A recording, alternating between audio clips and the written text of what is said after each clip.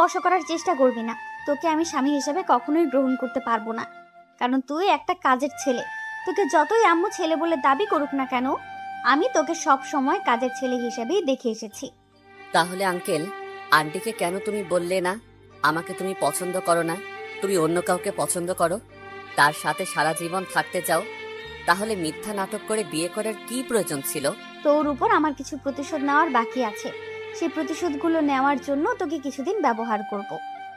আমার জানা মতে আমি তোমার সাথে কোনো রকম খারাপ ব্যবহার করিনি বা তোমাকে কোনো অন্যায় কথা বলিনি, কারণ আমি সবসময় তোমার থেকে দূরে থাকতে চেয়েছি। কারণ একটা অহংকারী মেয়েকে কখনোই ভালো মানুষ মনে করা যায় না। এটা করা সবচেয়ে একটা ভুল ধারণা। এখন বেশি কথা বলতে পারবো না। তুই তোর মতো নিচে শুয়ে থাক, আমি আমার মতো শুয়ে পড়ি। আমার ঘুম পাচ্ছে, কোনো কথা বলতে পারবো না তোর সাথে। মাহিন আর কোনো কথা না বলে চুপচাপ একটা বালিশ নিয়ে নিল, আর কিছু নিল না সাথে। এমনিতেই বৃষ্টি পড়ছে টুকটাক, ফ্লোর অনেক ঠান্ডা হয়ে রয়েছে, বাইরে অনেক বৃষ্টি হচ্ছে, তাই ফ্লোর একদম ঠান্ডা। ঠান্ডাতে ভালো মতো শুয়ে থাকতে পারছে না মাহিন। তার চোখ দিয়ে অনবরত নোনা জল গড়িয়ে পড়ছে, আর সে ভাবতেছে আজকে যদি তার মা বাবা বেঁচে থাকতো তাহলে তার এই কষ্টটা আর পোহাতে হতো না। মাহিন নিজের মনকে শক্ত করার চেষ্টা করছে, কিন্তু মনটা কেন জানে আজকে ব্যাকুলতায় ভরপুর হয়ে যাচ্ছে। তার বারবার বাবা মায়ের কথা মনে পড়তেছে, আর চোখ দিয়ে অনবরত নোনা জল গড়িয়ে পড়ছে। এমনিতেই অনেক ঠান্ডা, তাই কাঁপতেছে ঠান্ডায়। পরদিন সকালে যখন মাহিনের ঘুম ভাঙলো, উঠে আশেপাশে তাকিয়ে দেখে দীপা কোথাও নেই রুমের ভেতর। মাহিন সেদিকে কোনো খেয়াল না করে ফ্লোর থেকে উঠে দাঁড়ালো। সে বুঝতে পারছে কালকে রাতে ঠান্ডা খাওয়ার জন্য আজকে তার নির্ঘাত জ্বর আসবে। সেদিকে কোনো তোয়াক্কা না করে রুম থেকে বেরিয়ে আসলো আর সোজা ছাদে চলে আসলো। কি রে, তুই এত সকালে রুম থেকে বেরিয়ে এসেছিস? মাহিনকে তো দেখছি না, তার কি এখনো ঘুম হয়নি? তোমার আদরের জামাই কি করতেছে আমি কি জানি, তুমি গিয়ে দেখে আসতে পারো না? এসব কি ধরনের খারাপ কথা বলতেছিস তুই? তোর বিয়ে হয়েছে তার সাথে, তার স্ত্রী তুই, এভাবে কথা বলতে পারিস না ওর সাথে। এই বিষয় নিয়ে এখন আমি কোনো কথা বলতে চাচ্ছি না। তুমি কি রান্না করেছো নাকি রান্না করনি? এখন ক্ষুধা লেগেছে খুব, আমাকে খাইতে দাও। তোমার জামাইকে তুমি গিয়ে দেখো কি করে। তুই কিন্তু একটা ঠিক করছিস না। দেখ, একটা মানুষকে এত অবহেলা করিস না, তাহলে দেখবি তার জন্য একদিন কান্না করবি, তখন তাকে খুঁজে পাবি না। সেদিন কখনোই আসবে না। এই দোয়াটা আমার জন্য করো, কারণ এরকম একটা খ্যাতমার্কা ছেলেকে আমি কোথাও নিয়ে গিয়ে আমার স্বামী হিসেবে পরিচিত করাতে পারবো না। তুমি আমার স্ট্যাটাস জানো না? আজকে তুই যে কথাগুলো বললি সেই কথাগুলো দেখবি কয়দিন পর একদম পরিবর্তন হয়ে যাবে। সেই ছেলেটার জন্যই তোর মায়া জন্মাবে, আর সেই ছেলেটার জন্যই একদিন কান্না করবি। বেশি অবহেলা করিস না, এই জন্যই বললাম। তোমার এই বকবকানি শুনতে শুনতে সকালবেলা কানটা ঝালাপালা হয়ে গেল। এখন তুমি কি আমাকে খাবার দিবে নাকি আমি রুমে চলে যাব? আচ্ছা, তুই গিয়ে খাবার টেবিলে বসে পড়, আমি নাস্তা রেডি করে রেখেছি, সেগুলো নিয়ে খা। আমি দেখছি ছেলেটা কোথায়। আচ্ছা তুমি গিয়ে দেখো, আমি আমার মতো খাচ্ছি, আমাকে ডিস্টার্ব করবে না। সেতু বেগম দীপার সাথে আর কোনো প্রকার কথা বলল না। সেতু বেগম আগে থেকেই বুঝতে পেরেছে তার মাথা নষ্ট হয়ে যাচ্ছে, তাই তিনি তার ভাইপোর সাথে তার বিয়েটা দিয়ে দিল। কারণ মাহিন ছেলেটা অনেক ভদ্র, ছোট থেকে তাদের কাছে বড় হয়েছে। তার আচরণ তারা তো জানে, তাদের মেয়েটাকে যে সে কন্ট্রোল করতে পারবে, তার জন্যই এ ব্যবস্থা করেছে তারা। দীপা দিন দিন দুষ্ট হয়ে যাচ্ছিল প্রচুর পরিমাণ, তার জন্যই তারা বাধ্য হয়েছে ঘরের ছেলের সাথে বিয়ে দিতে। কারণ বাইরে বিয়ে দিলে তো নানা ধরনের কথা শুনতে হতো, তার জন্য। আর মাহিন ছেলেটা তো খারাপ না। দীপার আম্মু মাহিনকে রুমে গিয়ে দেখতে পেল না, বাড়িটা তন্ন তন্ন করেও খুঁজে পেল না। টেনশন হতে লাগলো তার, তাই তিনি ছাদে গেলেন। ছাদে গিয়ে দেখে ছাদের এক সাইডে মাহিন চুপচাপ আকাশের দিকে চেয়ে দাঁড়িয়ে আছে। কি বাবা, এখানে দাঁড়িয়ে কি করছো? সকালের নাস্তা করবে না? তোমার তো সারা বাড়ি খুঁজে কোথাও পেলাম না, তুমি এখানে এসে দাঁড়িয়ে আছো। মাহিন দাঁড়িয়েছিল, হঠাৎ তার ফুপির কণ্ঠ শুনতে পেয়ে পেছনে ফিরে তাকায়। দেখলো তার ফুপি তাকে সকালে নাস্তা করার জন্য ছাদে ডাকতে এসেছে। রুমের ভিতরে ভালো লাগতেছিল না, তাই ভাবলাম একটু ছাদে গিয়ে দাঁড়িয়ে থাকি। অনেকদিন থেকে তো আর ছাদে আসা হয় না, তার জন্য আসলাম। আচ্ছা, হয়েছে, এখন চলো সবাই মিলে নাস্তা করে গিয়ে। তারপর মাহিন আর কোনো কথা না বলে নিচে চলে আসলো। তার পিছু পিছু সেতু বেগমও নিচে চলে আসলো। এসে দেখে তার মেয়ে খাওয়া দাওয়া শেষ করে উঠে রুমের দিকে যাচ্ছে। মাহিন সেদিকে লক্ষ্য করেও করলো না, কারণ সে জানে এখানে কথা বললে তাকেই অপমানিত হতে হবে, তাই কোনো কথা বলল না। চুপচাপ মাহিন খাবার টেবিলে বসে খাবারগুলো শেষ করে রুমে চলে আসলো। রুমে এসে দেখে দীপা বিছানার উপর শুয়ে আছে। মাহিন কোনো কিছু না বলে টাওয়ালটা নিয়ে বাথরুমে চলে গেল। মাহিন বাথরুম থেকে বেরিয়ে এসে দেখে দীপা বিছানায় উঠে বসে পা দোলাচ্ছে। কি রে কুত্তার বাচ্চা, ভুলে গেছিস সকালবেলা যে আমার নাস্তা তোকে রুমে নিয়ে রাখতে বলেছিলাম? সেটা করিস নাই? কিসের জন্য আমাকে নিচে যেতে হয়েছে? কিসের জন্য বল? আজব তো, কখন বললেন আপনি এটা? আমি তো শুনিনি। আর এটা কি ধরনের ভাষা ইউজ করতেছেন আপনি? তোর সাথে আবার আমাকে ভালো করে কথা বলতে হবে? সেটা আবার কখন থেকে শুনি? আমাদের বিয়ে হয়ে গিয়েছে, এখন আমাদের সম্পর্কের পরিবর্তন হবে, আর সবকিছুর একটা পরিবর্তন হয়। তোকে কালকে রাত্রে কি বলেছিলাম? তোকে তো আমি স্বামী হিসেবে মানি না, তাহলে তুই বিয়ে নামক এই মিথ্যা সম্পর্কটাকে কেন ধরে আছিস তুই বল? দেখেন, একটু নিজেকে সংযম করুন। এরকম বেশি উশৃঙ্খলা কিন্তু ভালো লক্ষণ না। কুত্তার বাচ্চা, তোকে কি আমাকে জ্ঞান দিতে বলেছি? তুই যেটা করতে বলেছিস সেটাই কর। বেশি কথা বলিস কেন রে? লাথি খেতে চাস? মাহিন আর কোনো কিছু বলার ভাষা খুঁজে পেল না। কি বলবে? মাহিন ভালো করে বুঝতে পারছে আর কোনো কিছু বলেও তার লাভ নেই, তাকে অযথা গালি শুনতে হবে, এমনকি মায়েরও খেতে হতে পারে। তাই চুপ হয়ে গেল।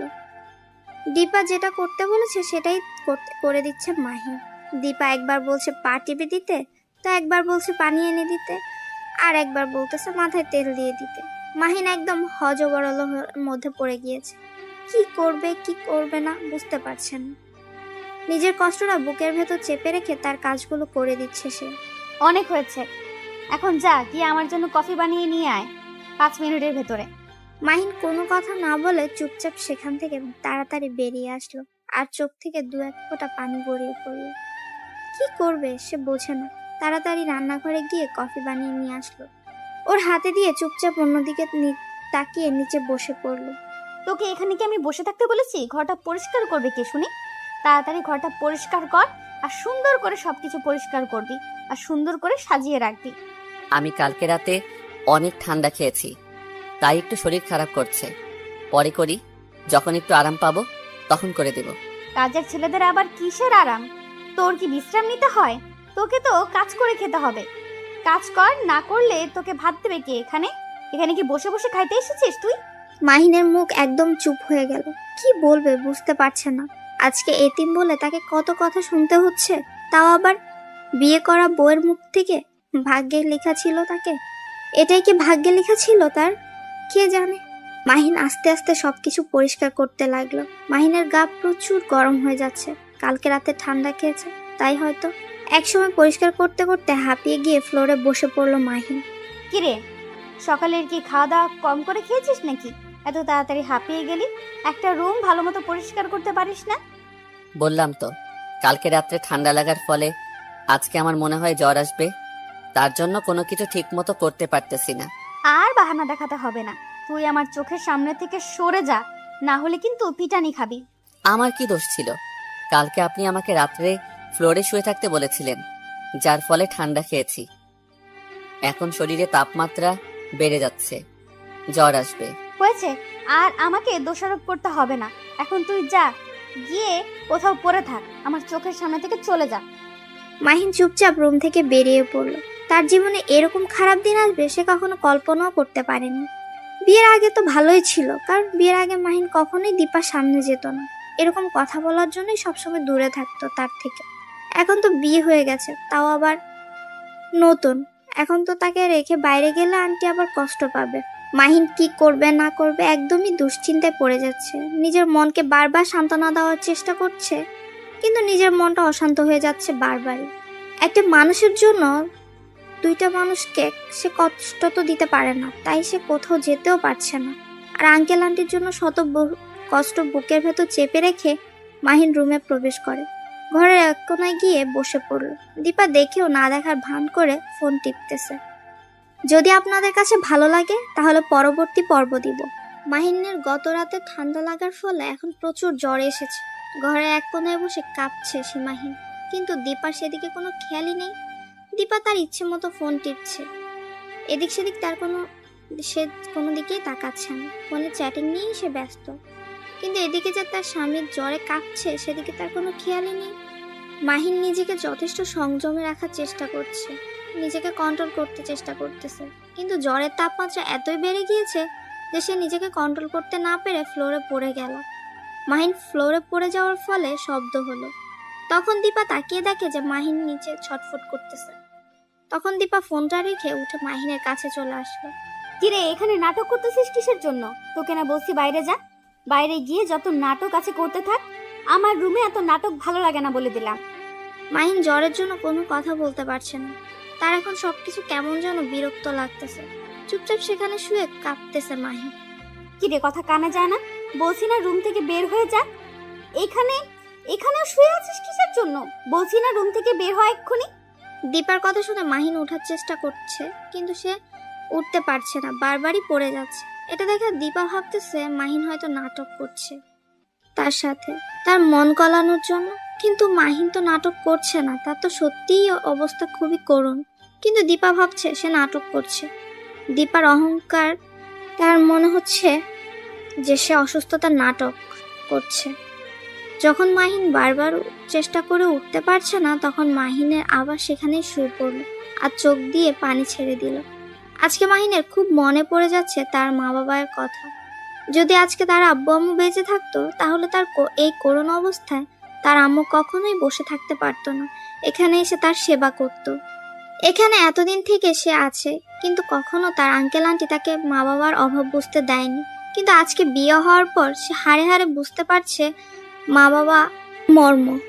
দুই সাইডের কোমরে দুই হাত দিয়ে দাঁড়িয়ে আছে মাহিনের দিকে চোখ রাঙিয়ে। প্লিজ আমাকে মাফ করে দাও, আমি উঠতে পারতেছি না, অনেক চেষ্টা করতেছি, কিন্তু জ্বরের তাপমাত্রা অনেক বেশি। আমাকে যদি একটু পানি এনে দিতেন। কতবার বলবো তুই আমার সঙ্গে নাটক করবি না? তারপরও এভাবে নাটক করিস কিসের জন্য? বাইরে গিয়ে পানি খা যা।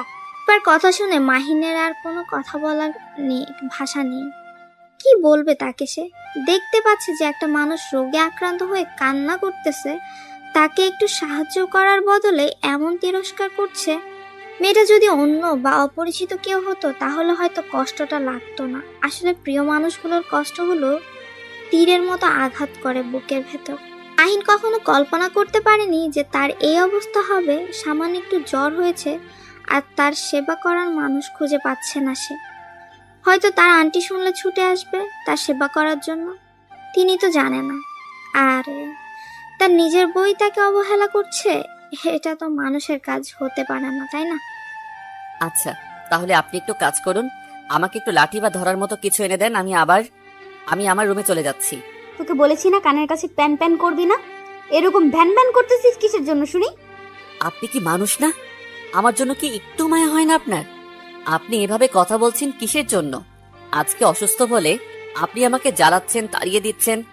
আপনি কি কখনো অসুস্থ হবেন না? যখন অসুস্থ হব তখন দেখা যাবে। এখন কানের কাছে ভ্যান ভ্যান না করে এখান থেকে চলে যা। আর তোর রুমে গিয়ে কি করিস কর, তুই আমাকে ডিস্টার্ব করবি না। মাহিন আর কোনো কথা বলল না, চুপচাপ উঠে দাঁড়ানোর চেষ্টা করছে। দেয়াল ধরে উঠে দাঁড়াচ্ছে কোনো মতে। উঠে দেয়াল ধরে সে নিজের রুমে চলে আসলো, এসে বিছানায় শুয়ে পড়ল। আর কোনো কিছু মনে নেই তার, কখন যে ঘুমিয়ে পড়েছে নিজেও জানে না। যখন ঘুম ভাঙলো তখন দেখে তার আন্টি তার পাশে বসে তার সেবা করছে। মাহিন অবাক হয়ে তার দিকে তাকিয়ে রইল। তুমি যে অসুস্থ হয়ে পড়েছো সেটা কি আমাকে জানানো উচিত না তোমার? আমি কি তোমাকে ফেলে দিয়েছি নাকি? আমার মেয়ে না হয় একটু খারাপ, তার জন্য তুমি আমাকেও কথাটা জানাবে না? আন্টি, আমি তো ঠিক আছি, আমার কোনো কিছু হয়নি। দেখেন আমাকে, আমি একদম সুস্থ আছি, আমার তো কিছু হয়নি। তাহলে আপনাকে কিসের জন্য জানাবো? যদি অসুস্থ হইতাম তাহলে জানতাম। হায় রে মানুষ, আর কত তুমি নিজেকে লুকিয়ে রাখবে? আজ 2 দিন ধরে তুমি অসুস্থ, 2 দিন ধরে তোমার কোনো খোঁজ খবর পাওয়া যাচ্ছে না, আর তুমি বলতেছো তুমি ঠিক আছো, তাই না? 2 দিন পর তুমি আজকে এই পৃথিবীর আলো দেখতে পেলে, আর তুমি বলতেছো তুমি ঠিক আছো? মাহিন তার আন্টির মুখ থেকে কথাটা শুনে অবাক দৃষ্টিতে তার আন্টির দিকে তাকিয়ে রইল। দুদিন ধরে সে অজ্ঞান হয়ে পড়েছিল, আর একবারের জন্য সে মেয়েটা তাকে দেখতে আসেনি, নাকি এসেছিল সেও জানে না। আপনাকে অনেক কষ্ট দিয়ে ফেলেছে তাই না এই 2 দিনে? কি আবল তাবল বলছো? তোমাকে আমার ছেলের মতো দেখি আমি, আর তুমি অসুস্থ হওয়ার পরেও তোমার সেবা করব না আমি? এটা কেমনে হয় শুনি? আমি যদি অসুস্থ হয়ে পড়তাম তাহলে তুমিও কি আমার সেবা করতে না? আপনাকে দেখে মনে হচ্ছে আপনি অনেক ক্লান্ত। এখন গিয়ে বিশ্রাম করুন। আমি একদম পুরোপুরি সুস্থ আছি। আমার আর কোনো সমস্যা হবে না। আপনি গিয়ে কিছুক্ষণ বিশ্রাম করে নেন। আচ্ছা, আমি এখন চলে যাচ্ছি, কিন্তু একটা কথা মাথায় রাখবে, তোমার যদি কোনো কিছুর প্রয়োজন পড়ে বা তুমি যদি অসুস্থ হয়ে যাও, আর এভাবে লুকিয়ে রাখবে না, বলে দিলাম। যদি তোমার কিছু একটা হয়ে যেত তাহলে আমরা কি নিয়ে বেঁচে থাকতাম বলো? আমি আর কখনো এরকম ভুল করব না। এখন থেকে সঙ্গে সঙ্গে সবকিছু আপনাকে জানিয়ে দিব। প্লিজ আমাকে মাফ করে দিবেন। আমি সত্যি অনুতপ্ত। আচ্ছা, তাহলে আমি আমার রুমে যাচ্ছি। তোমার যদি কোনো কিছু লাগে সঙ্গে সঙ্গে আমাকে জানাবে। তুমি এখন একটু গোসল করে ফ্রেশ হয়ে নাও, তাহলে আরো ভালো লাগবে তোমার। কথাটা বলে সেতু বেগম সেখান থেকে চলে গেল। আর মাহিন মনে মনে ভাবতে লাগলো যে 2 দিন থেকে সে অজ্ঞান হয়ে আছে, আর 2 দিন পরে তার আজকে জ্ঞান ফিরল। সে তো পরপারে চলে যেতে পারত। এই পৃথিবীতে বেঁচে থেকেই এত যন্ত্রণা আর সহ্য হয় না তার। মাহিন মনে মনে কথাগুলো ভাবতে ভাবতে বাথরুমে গিয়ে গোসল করে নিল। একটু ফ্রেশ হয়ে রুম থেকে বেরিয়ে আসলো। এসে দেখে দীপা সামনে হেঁটে বেড়াচ্ছে। তাকে দেখে মনে হচ্ছে কোনো কিছু নিয়ে দুশ্চিন্তা করছে সে। হয়তো তার পার্সোনাল লাইফে কোনো সমস্যা হয়েছে তার জন্য। মাহিন দীপাকে দেখেও না দেখার ভান করে ছাদের দিকে যেতে লাগলো। লক্ষ্য করে দেখলো যে তার পেছনে দীপাও আসতেছে। বেশি গুরুত্ব না দিয়ে চলে আসলো মাহিন। তার পেছনে পেছনে দীপাও আসলো, কিন্তু দেরি হয়ে গেছে, কারণ মাহিন ছাদে গিয়ে বেশিক্ষণ দেরি করেনি। প্রচুর রোদ, তাই তাড়াতাড়ি নিচে নেমে এসেছে। দীপাকে পাত্তা দেয়নি। মাহিনের নিজের রুমে আবার প্রবেশ করলো। সঙ্গে সঙ্গে দীপা মাহিনের রুমে প্রবেশ করলো। মাহিন কি বলবে ভেবে পাচ্ছে না, তাই অন্য পাশে তাকিয়ে শুয়ে পড়লো মাহিন। তোর সাথে আমার কিছু কথা আছে। এইভাবে মুখ গোমড়া করে না থেকে সুন্দরভাবে বসে পড়ো। কিছু কথা আছে, কথাগুলো শুনে তারপর তোমার যা ইচ্ছা তাই করতে থাকো। আমি আমার কানকে তালা লাগিয়ে দেইনি যে আমি শুনতে পারবো না। আপনার যা ইচ্ছা বলেন, বলে এখান থেকে চলে যেতে পারেন দয়া করে। সেটা না হয় বুঝলাম, কিন্তু আমি যেটা করতে বলেছি সেটাই করো এখন। না হলে কিন্তু আবার পিটানি শুরু করে দেব। এমনিতেই অসুস্থ থেকে সুস্থ হয়েছে, এখন যদি আবার পিটানি দেই তাহলে আবার অসুস্থ হয়ে যাবেন। তাই আমি চাচ্ছি না কাউকে অসুস্থ করতে। আমার মতো অসহায় মানুষকে আর দয়া দেখাতে হবে না। তাই যা ইচ্ছা তাই বলে এখান থেকে চলে যেতে পারেন। আমার খুব ডিস্টার্ব হচ্ছে। এখন কথা হচ্ছে যে আমার এখন মাথা ব্যথা করতেছে, আমার মাথা মালিশ করে দিবে, এটাই হলো কথা। আর কোনো কথা নেই, তেল এনেছি, তাড়াতাড়ি শুরু করে দাও। আমি এখন পারবো না। আমার খুব ক্লান্ত লাগতেছে। যখন সুস্থ হব তখন আপনার কাজের লোক হিসেবে আবার নিয়োজিত হব। এখন প্লিজ অন্তত আমাকে মাফ করবেন।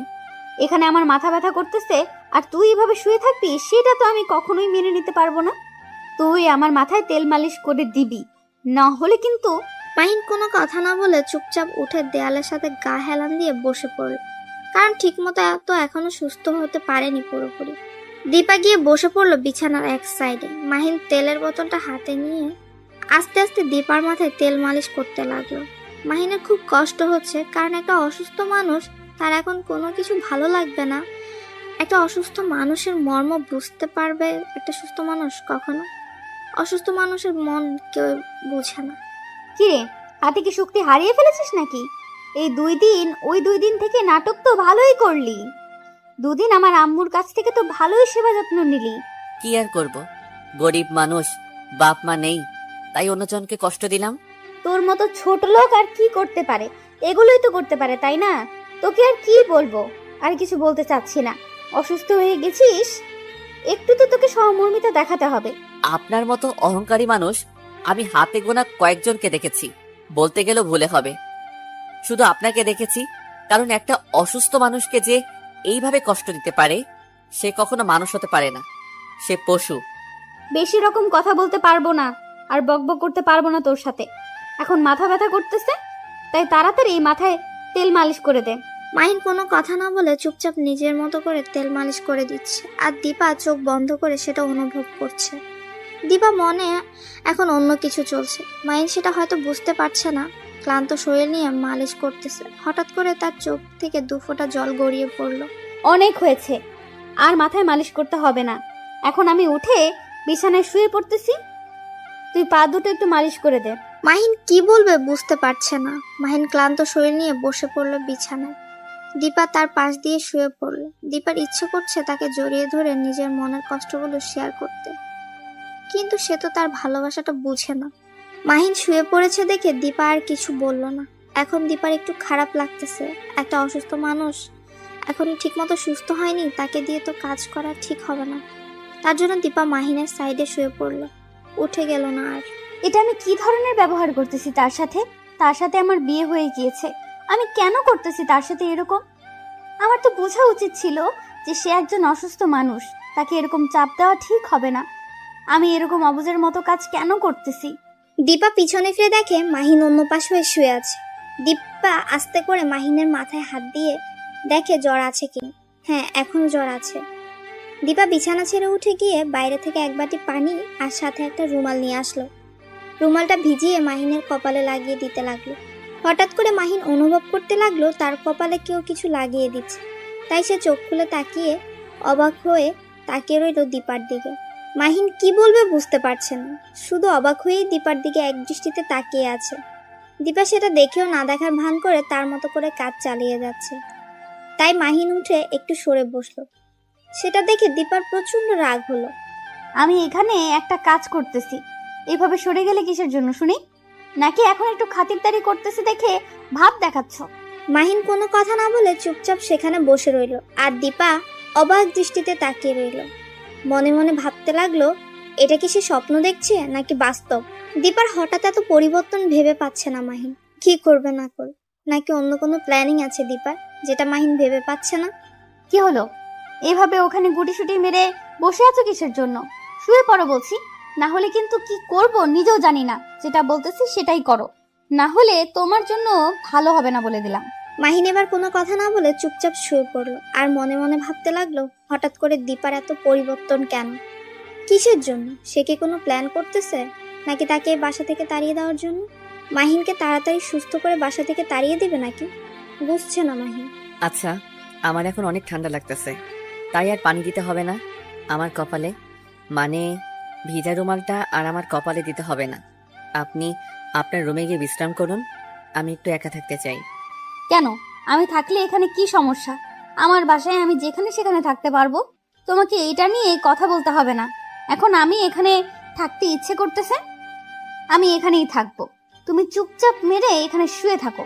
মাহিন কোনো কথা না বলে চুপচাপ শুয়ে পড়লো, আর কোনো কথা বললো না মাহিন। কারণ দীপা উল্টাপাল্টা কথা বলবে, সেটা শোনার থেকে চুপ থাকাই ভালো। কারণ মাহিনের এখন বিরক্ত লাগছে, কোনো প্রকার কথা বলতে ইচ্ছে করছে না তার। তাই চোখ বন্ধ করে চুপচাপ শুয়ে পড়লো। আর এদিকে দীপা মাহিনের এরকম চুপচাপ স্বভাব দেখে নিজে একটা মুচকি হাসি দিয়ে মাহিনের বুকে শুয়ে পড়লো। মাহিন উঠে পড়লো। আমি এখানে শুয়ে পড়েছি, তোমার ওঠার সাহস হলো কিভাবে আমাকে ডিস্টার্ব করার? আমার খুব বিরক্ত লাগতেছে, এখন শুয়ে পড়ো। আপনি এসব কি করতেছেন বুঝতেছি না তো। আপনার মতলবটা কি আমাকে একটু বলবেন, নাকি এই বাসা থেকে আমাকে তাড়িয়ে দেওয়ার জন্য নানা ধরনের ফোন দিয়ে আটতেছেন? আমাকে বললে আমি চলে যাব, কিন্তু আমাকে কোনো প্রকার কলঙ্ক দেবেন না প্লিজ। এখন কোনো কথা শুনতে চাচ্ছি না, তুমি এখন শুয়ে পড়বে আর আমি তোমার বুকে মাথা রাখবো। আমার কেমন জানি লাগতেছে, মানে বালিশে ঘুমাতে ইচ্ছে করতেছে না। তাই ভাবলাম যে একজন মানুষের উপর শুয়ে থাকলে দেখি কেমন হয়, তার জন্য আর কি তোমাকে দিয়ে পরীক্ষা করতেছি। এখন শুয়ে থাকো। মাহিন কোনোভাবেই দীপার এই পরিবর্তন মেনে নিতে পারছে না। মাহিন শুধু ভাবছে হঠাৎ করে কি হয়ে গেল যে এত পরিবর্তন হলো, কিভাবে? মাহিনের মনে সন্দেহ শুধু উকিয়ে দিচ্ছে। মাহিন কি করবে না করবে বুঝতে পারছে না, শুধু চুপচাপ শুয়ে পড়লো। এখন যদি মাহিন শুয়ে না পড়ে তাহলে দীপা নানা ধরনের প্রশ্ন শুরু করবে, নানা ধরনের কথা বলবে, আর তখন মাহিনের মাথা ব্যথা আরো বেড়ে যাবে। তাই মাহিন চুপচাপ শুয়ে পড়লো। আর দীপা মাহিনের বুকের উপর মাথা দিয়ে শুয়ে পড়ল। মাহিন শুধু টেনশন করছে দীপা নতুন প্ল্যানিং করে তাকে কোনো কষ্ট দিবে না তো। দীপা মাহিনের বুকের উপর শুয়ে পড়ে একদম স্থির থাকছে না, বরং মাহিনের একবার হাত নাড়াচাড়া করছে তো একবার মাহিনের চুল ধরে টানছে। মাহিনের বিরক্ত লাগছে খুব, কিন্তু কিছু বলতেও পারছে না, কারণ সে যে অসহায় আজকে। আপনাকে আমি কিছু কথা বলতে চাই, আপনি প্লিজ মন খারাপ করবেন না, কারণ কথাগুলো বলা খুব জরুরি। এখানে মন খারাপ করার কি আছে বলো, সমস্যা নাই। আমি শুনতে চাই তোমার যত কথা আছে, আজকে আমি শুনবো। তোমার যত মনের ভিতর কথা আছে তুমি বলতে থাকো, আমি শুনতেছি। তোমার হঠাৎ করে এতটা পরিবর্তন আমি কেন জানি মেনে নিতে পারতেছি না। আমার মনে হচ্ছে তুমি নিশ্চয়ই কোনো প্ল্যানিং করতেছো আমাকে এখান থেকে তাড়িয়ে দেওয়ার জন্য। সত্যি করে বলো না প্লিজ, আসলে তোমার এতটা পরিবর্তন হওয়ার কারণ কি? কারণটা আমি নিজেও জানি না। একবার ভেবে দেখলাম যে যেহেতু বিয়ে করেছি আর আমি মেয়ে মানুষ হিসেবে তো একটু নিজেকে কন্ট্রোল করে রাখতে হবে। এত উচ্ছৃঙ্খল হলে আসলে ভবিষ্যৎ খারাপ হবে।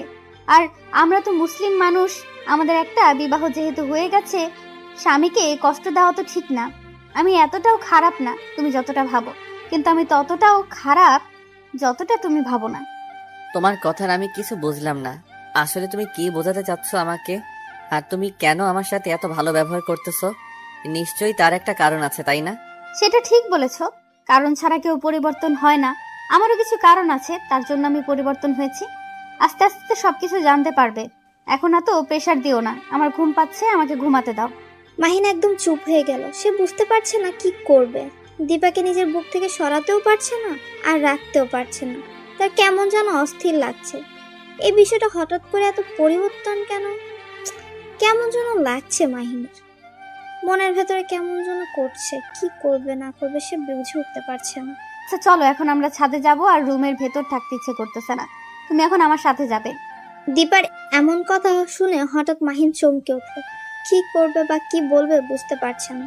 হঠাৎ করে এরকম বাহানা করার কি আছে? ছাদে গিয়ে কি ধাক্কা মেরে ফেলে দেওয়ার চিন্তা ভাবনা করছে নাকি? মাহিন দীপার সাথে যেতে চাচ্ছে না, কিন্তু দীপা মাহিনকে টানতে টানতে ছাদে নিয়ে গেল। মাহিন দীপার কাছে হার মেনে নিল। অসুস্থ তার শরীর, বিন্দুমাত্র শক্তি নেই তার শরীরে। তারপরও দীপা মাহিনকে টানতে টানতে একদম ছাদে নিয়ে গিয়ে দাঁড় করালো। ছাদের এক সাইডে মাহিনকে দাঁড় করিয়ে তার মুখোমুখি দীপা দাঁড়িয়ে পড়ল। আমার খুব খারাপ লাগতেছে, আমি দাঁড়িয়ে থাকতে পারতেছি না। আমি নিচে যাব, আর আপনার কি কথা আছে তাড়াতাড়ি বলুন। আমার এখানে কোনো কথা নেই। তোমাকে খুব ক্লান্ত লাগতেছে, তাই ছাদে একটু হাঁটাহাঁটি করার জন্য নিয়ে আসলাম। তুমি এখানে বসে পড়লে কিসের জন্য? আমার সাথে হাঁটবে এখন তুমি। আমার সাথে আপনি এরকম করতেছেন কেন বুঝতেছি না। এত জোর জবরদস্তি করতেছেন কেন? আমাকে আমাকে ছেড়ে দেন না। আমাকে ছেড়ে দেন না। আমার মতো আমি তো আপনাকে কোনো ডিস্টার্ব করতেছি না। কিন্তু আমি তোকে ডিস্টার্ব করব, তাতে তোর সমস্যা? ভালো মতো কথা বলতেছি বলে, ভালো মতো ব্যবহার করতেছি, তাই মনে হয় কথা গায়ে লাগে না, তাই না? মাহিন একদম চুপ হয়ে গেল। দীপা মাহিনের হাত ধরে কাঁধের উপর রেখে দিল, তারপর মাহিনকে ধরে ধরে হাঁটাচ্ছে। অন্যরকম একটা অনুভূতি নিয়ে হাঁটছে তারা। তার মনে হচ্ছে সে সত্যি এখনকার একটা দায়িত্ববান স্ত্রীর কাঁধে হাত রেখে হাঁটছে। কিন্তু যখন মাহিন দীপার মুখের দিকে তাকায়, তখন নিমিষের মধ্যে সব ভাবনা চিন্তা দূর হয়ে যায়। কারণ তখনই মাহিনের সবকিছু মনে পড়ে যায়, যে আসলে তার সাথে দীপা কি কি করেছে আর তার সাথে কেমন ব্যবহার করেছিল। কি নিয়ে তো টেনশন করতেছো তুমি? তোমাকে দেখে বোঝা যাচ্ছে। আর এখন কি একটু হালকা লাগতেছে তোমার, নাকি এখনো ক্লান্তিটা আছে? মাহিন এখন কি বলবে ভেবে পাচ্ছে না। চুপ করে আছে সে, কারণ তার এখন কোনো কথা বলতে ইচ্ছে করছে না। তার এখন এই মুহূর্তটা খুব ভালো লাগছে, কারণ দীপা তার সাথে ভালো করে ব্যবহার করছে। আর দীপার কথাবার্তাগুলো এখন মাহিনের কাছে খুব ভালো লাগছে। কিন্তু যখন মাহিনের মনে পড়ে যায় দীপা তার সাথে কি কি ব্যবহার করেছিল, তখন মনটা আবার খারাপ হয়ে যায়। আমি কি বলছি আর তুমি কি ভাবতেছো? আমার কথার উত্তর দিচ্ছ না কিসের জন্য? এত দেমাগ বেড়ে যাচ্ছে তোমার, ব্যাপারটা বুঝলাম না আমি। সেরকম কিছুই না, আমার কেন জানি এখন কথা বলতে ইচ্ছা করতেছে না, কারণ বিকালটা উপভোগ করতে ইচ্ছা করতেছে। কথা বললে হয়তো বিকালের সৌন্দর্য উপভোগ করা হবে না। চলো আজকে সন্ধ্যায় একটু বের হব, তোমাকে ডাক্তার দেখাতে হবে। আর ডাক্তার বলেও গিয়েছে তুমি যদি একটু সুস্থ হও তার চেম্বারে নিয়ে যাইতে। তার সাথে একটু কথা বলা লাগবে, আর একটু ঘুরে বেরিয়ে আসা যাবে, তাহলে তোমারও ভালো লাগবে। ডাক্তারের কাছে যাব, সেটা না বুঝলাম কোথাও ঘুরতে যেতে পারবো না, কারণ খুব বাজে লাগে ঘুরতে এখন। কার মুখে কি শুনতেছি যে সময় পাইলেই বাসায় এক মুহূর্ত থাকতো না সেই মানুষটা আজকে বলতেছে তার নাকি ঘুরতে বাজে লাগে। এটা কি আদৌ আমার বিশ্বাস হয়? তখনকার সময়টা আর এখনকার সময়টা আকাশ পাতাল তফাৎ। তখন ছিলাম একলা, আর এখন হয়ে গেছি একদম একলা। তোমার এই কথাটার মানে আমি বুঝতে পারলাম না। আগে একটা ছিল সেটা বুঝলাম, এখন একদম একা, সেটা কিভাবে সম্ভব? বিয়ে করলাম যে তার সাথে সারা জীবন সুখে সংসার করে কাটিয়ে দিব, তার সাথে সুখ দুঃখের গল্প করে সারা জীবন তার হাতে হাত রেখে পার করে দিব, কিন্তু সে আমাকে বুঝলো না। এখন একলা থাকবো না তো কতজনকে নিয়ে থাকবো? দীপা কোনো প্রকার কথা বলল না, কারণ সে মাহিনের মনের অবস্থা বুঝতে পারছে। এই অসুস্থতার মধ্যেও দীপার মাহিনকে কোনো কিছু বলা যাবে না। যদি আবার মানুষটা অসুস্থ হয়ে যায়, এমনিতেই তার আম্মু সে ছেলেটাকে নিয়ে কত টেনশন করে। এখন যদি আবার ভুলভাল কিছু বলে আবার অসুস্থ হয়ে যাবে, তাকে আবার কথা শুনতে হবে, কত চাপ নিতে হবে তাকে। তার থেকে কিছু না বলে চুপচাপ একটা দীর্ঘশ্বাস নিল দীপা। আচ্ছা চলো নিচে যাই, আর এখানে থেকে লাভ নেই। এখন সন্ধ্যা হয়ে যাবে, আম্মু যদি আবার দেখতে না পারে তখন আবার টেনশন করবেন। আমি আপনাকে এই কথাই বলতে চাচ্ছিলাম যে আন্টি যদি এখন দেখতে না পায়, আমাদের দেখতে না পায়, আর সারা বাড়ি খুঁজে না পেলে তো পরে আবার দেখলে রাগারাগি করবে। এখন আমরা নিচে যাই। তারপর দীপা মাহিনকে আস্তে আস্তে ধরে নিচে নিয়ে আসলো। এসে মাহিনকে মাহিনের রুমে না নিয়ে নিজের রুমে নিয়ে আসলো সোজা। মাহিন সেটা দেখে আরো অবাক হয়ে দীপার দিকে কিছুক্ষণ তাকিয়ে রইল। তারপর রুমে নিয়ে গিয়ে বিছানায় বসিয়ে দিল। মাহিনকে বিছানায় বসিয়ে দিয়ে দীপা বাইরে চলে আসলো। তারপর বাহিরের কাজ শেষ করে দীপা মাহিনের পাশে গিয়ে শুয়ে পড়লো। দীপার এরকম কর্মকাণ্ড দেখে মাহিন অবাকের উপর অবাকই হচ্ছে। কি করবে কি বলবে কিছুই বুঝতে পারছে না সে সঠিকভাবে। কি ব্যাপার, তুমি আমার দিকে অবাক দৃষ্টিতে তাকিয়ে আছো কেন? বুঝতেছি না, তখন থেকে কি দেখতেছো তুমি? আমার দিকে ফেলফেল করে তাকিয়ে আছো, কিছু বলতে চাও নাকি? বলতে চাইলে বলো। মাহিন চুপ করে রইল, কিছু বলল না। মাহিনের চুপ থাকা দেখে দীপার বিরক্ত বোধ করছে, কারণ সে নিজ থেকে কথা বলছে মাহিনের সাথে, আর মাহিন কথা বলছে না। কেমন দা লাগে। দীপা রেগে গিয়ে মারতে গিয়েও থেমে গেল। কি হলো, এরকম চুপ করে আছো কেন? কিছু বলবা নাকি? এইভাবে ফেলফেল করে তাকিয়ে আছো কেন আমার দিকে? কিছু বলো, চুপ করে আছো কেন? কি বলবো সেটাই তো খুঁজে পাচ্ছি না, তাই চুপ করে আছি। কারণ তোমার এত পরিবর্তন আমার কেন জানি না মেনে নিতে ইচ্ছে করতেছে না। তাতে আমার কি?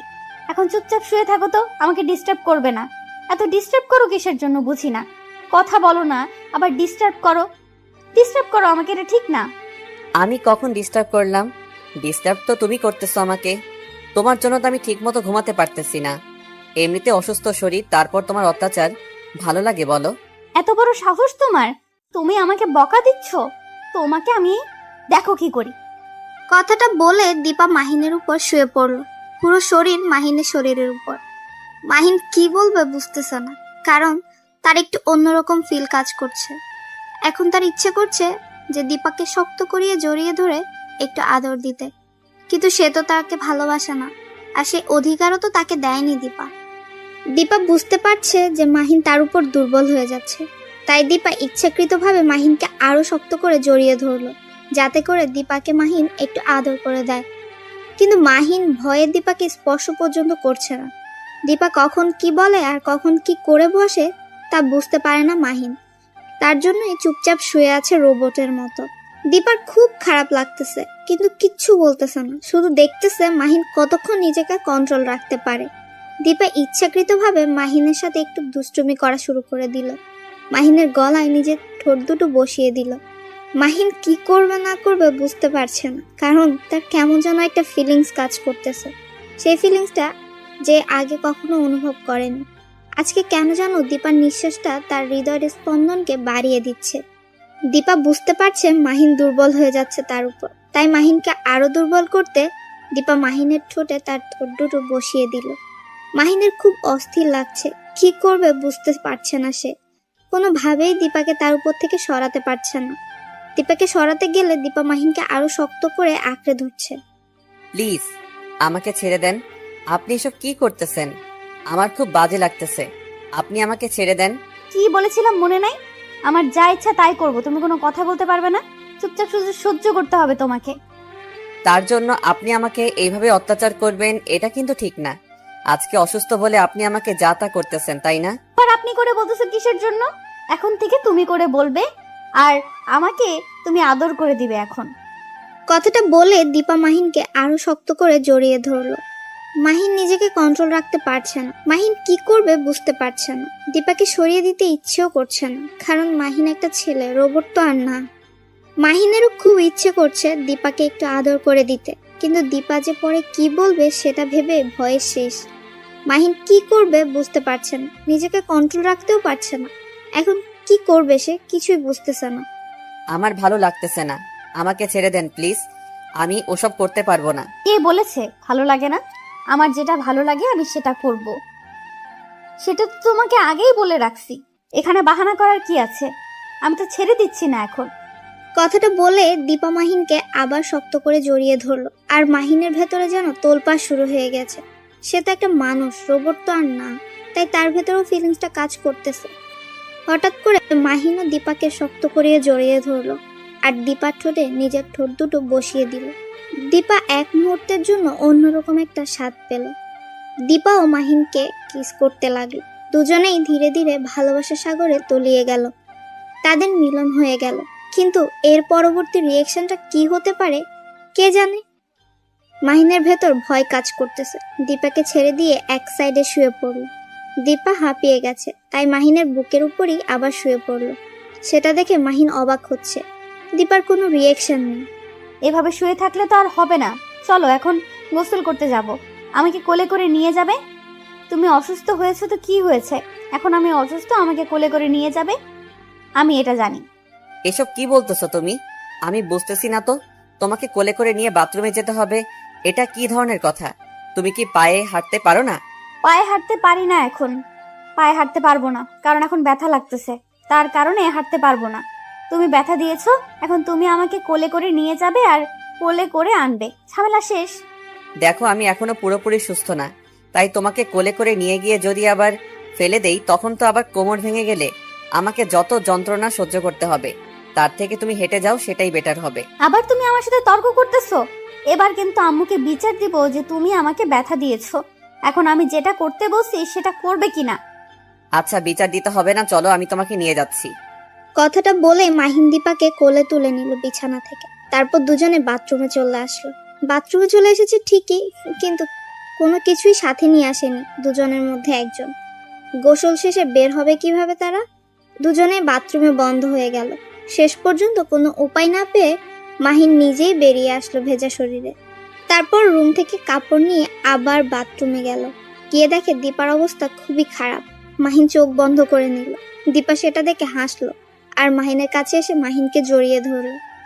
কি করতেছো? এটা কি ধরনের অসভ্যতামি? সব সময় খোলা ভালো লাগে নাকি? তুমি আমাকে বকা দিচ্ছ তাই না? এখন যদি উড়াধুরা পিটানি দিতে শুরু করি তখন কেমন লাগবে শুনি? চুপচাপ যেটা করতেছি করতে দাও। মাহিন ভেজা বেড়ালার মতো চুপ হয়ে গেল, আর কোনো কথা বলার সাহসও পেল না। চুপচাপ সেখানেই দাঁড়িয়ে রইল রোবটের মতো। দীপা যেটা করছে মাহিনও সেটাই করলো। তারপর তারা একদম গোসল সেরে ফ্রেশ হয়ে বেরিয়ে আসলো দুজনে একসাথে।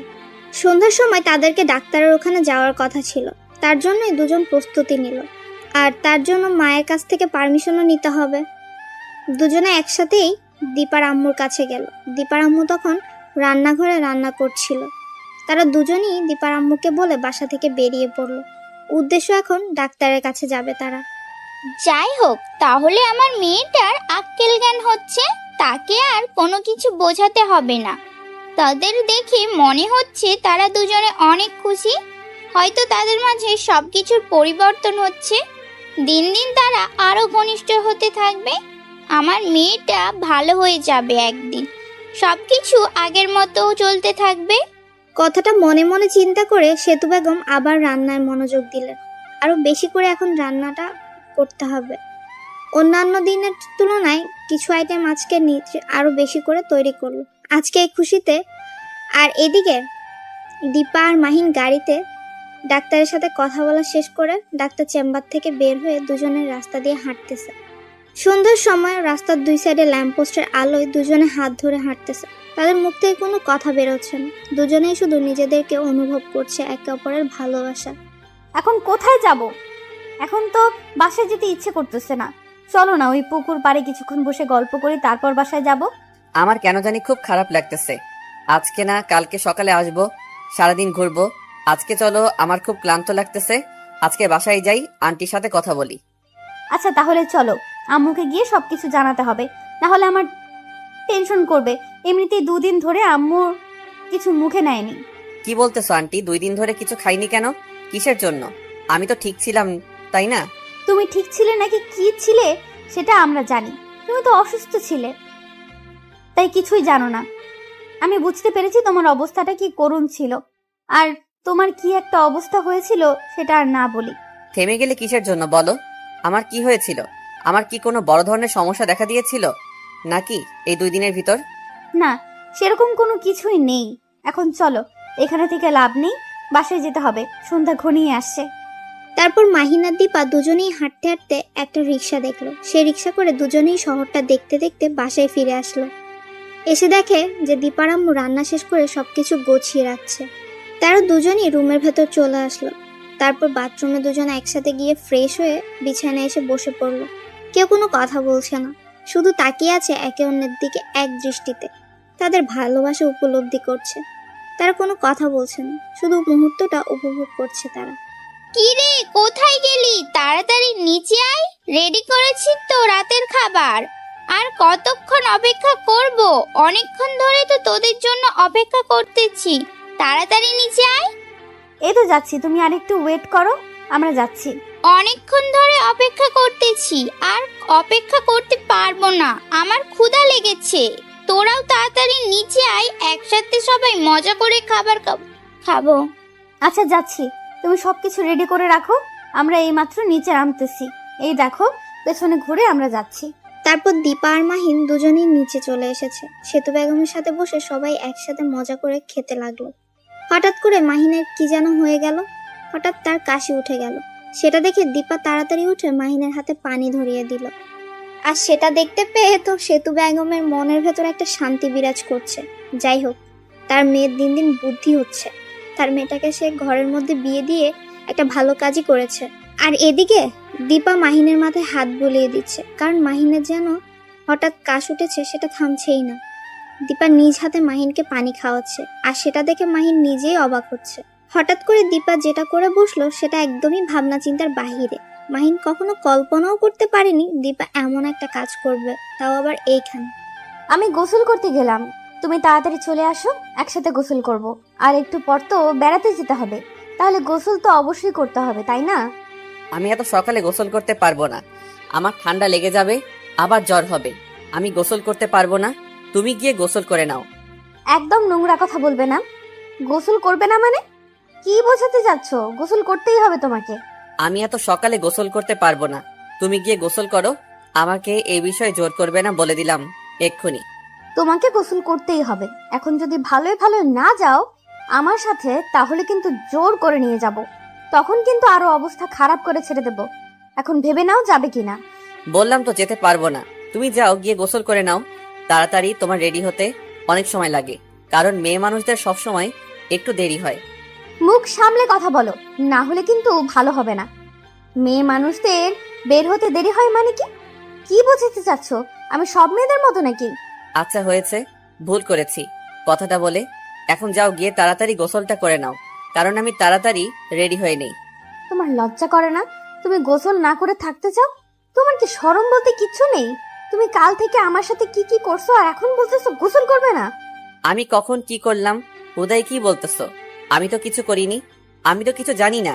আমি কি করছি যে আমাকে এখন গোসল করতে হবে? আমি তো কোনো কিছু করিনি। দেখো, বেশি কথা বলতে পারবো না, বেশি রকম ন্যাকামি ভালো লাগতেছে না। এখন সকাল সকাল তাড়াতাড়ি চলে আসো আমার সাথে, না হলে কিন্তু গণপিটানি খাইতে পারো এখানেই।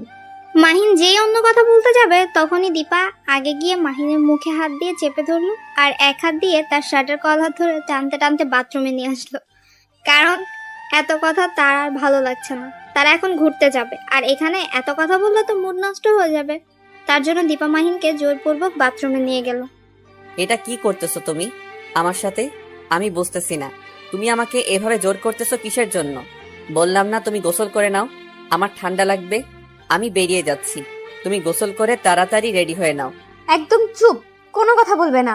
তাহলে তো এখানে এই পিটানি দেওয়া শুরু করে দিব। এমনিতেই মাথা খারাপ আছে, সকালে উঠে যেটা শুরু করে দিয়েছে অন্য এক কাহিনী। আমি সেটার জন্য মোটেও প্রস্তুত ছিলাম না। আমি ভেবেছিলাম তুমি গোসল করার জন্য আমাকে বলবে, কিন্তু আমি তোমাকে গোসল করার জন্য বলতেছি। এটা কি ঠিক? আমি তো খারাপ কোনো কাজ করিনি যে এখন এত সকালে গোসল করতে হবে।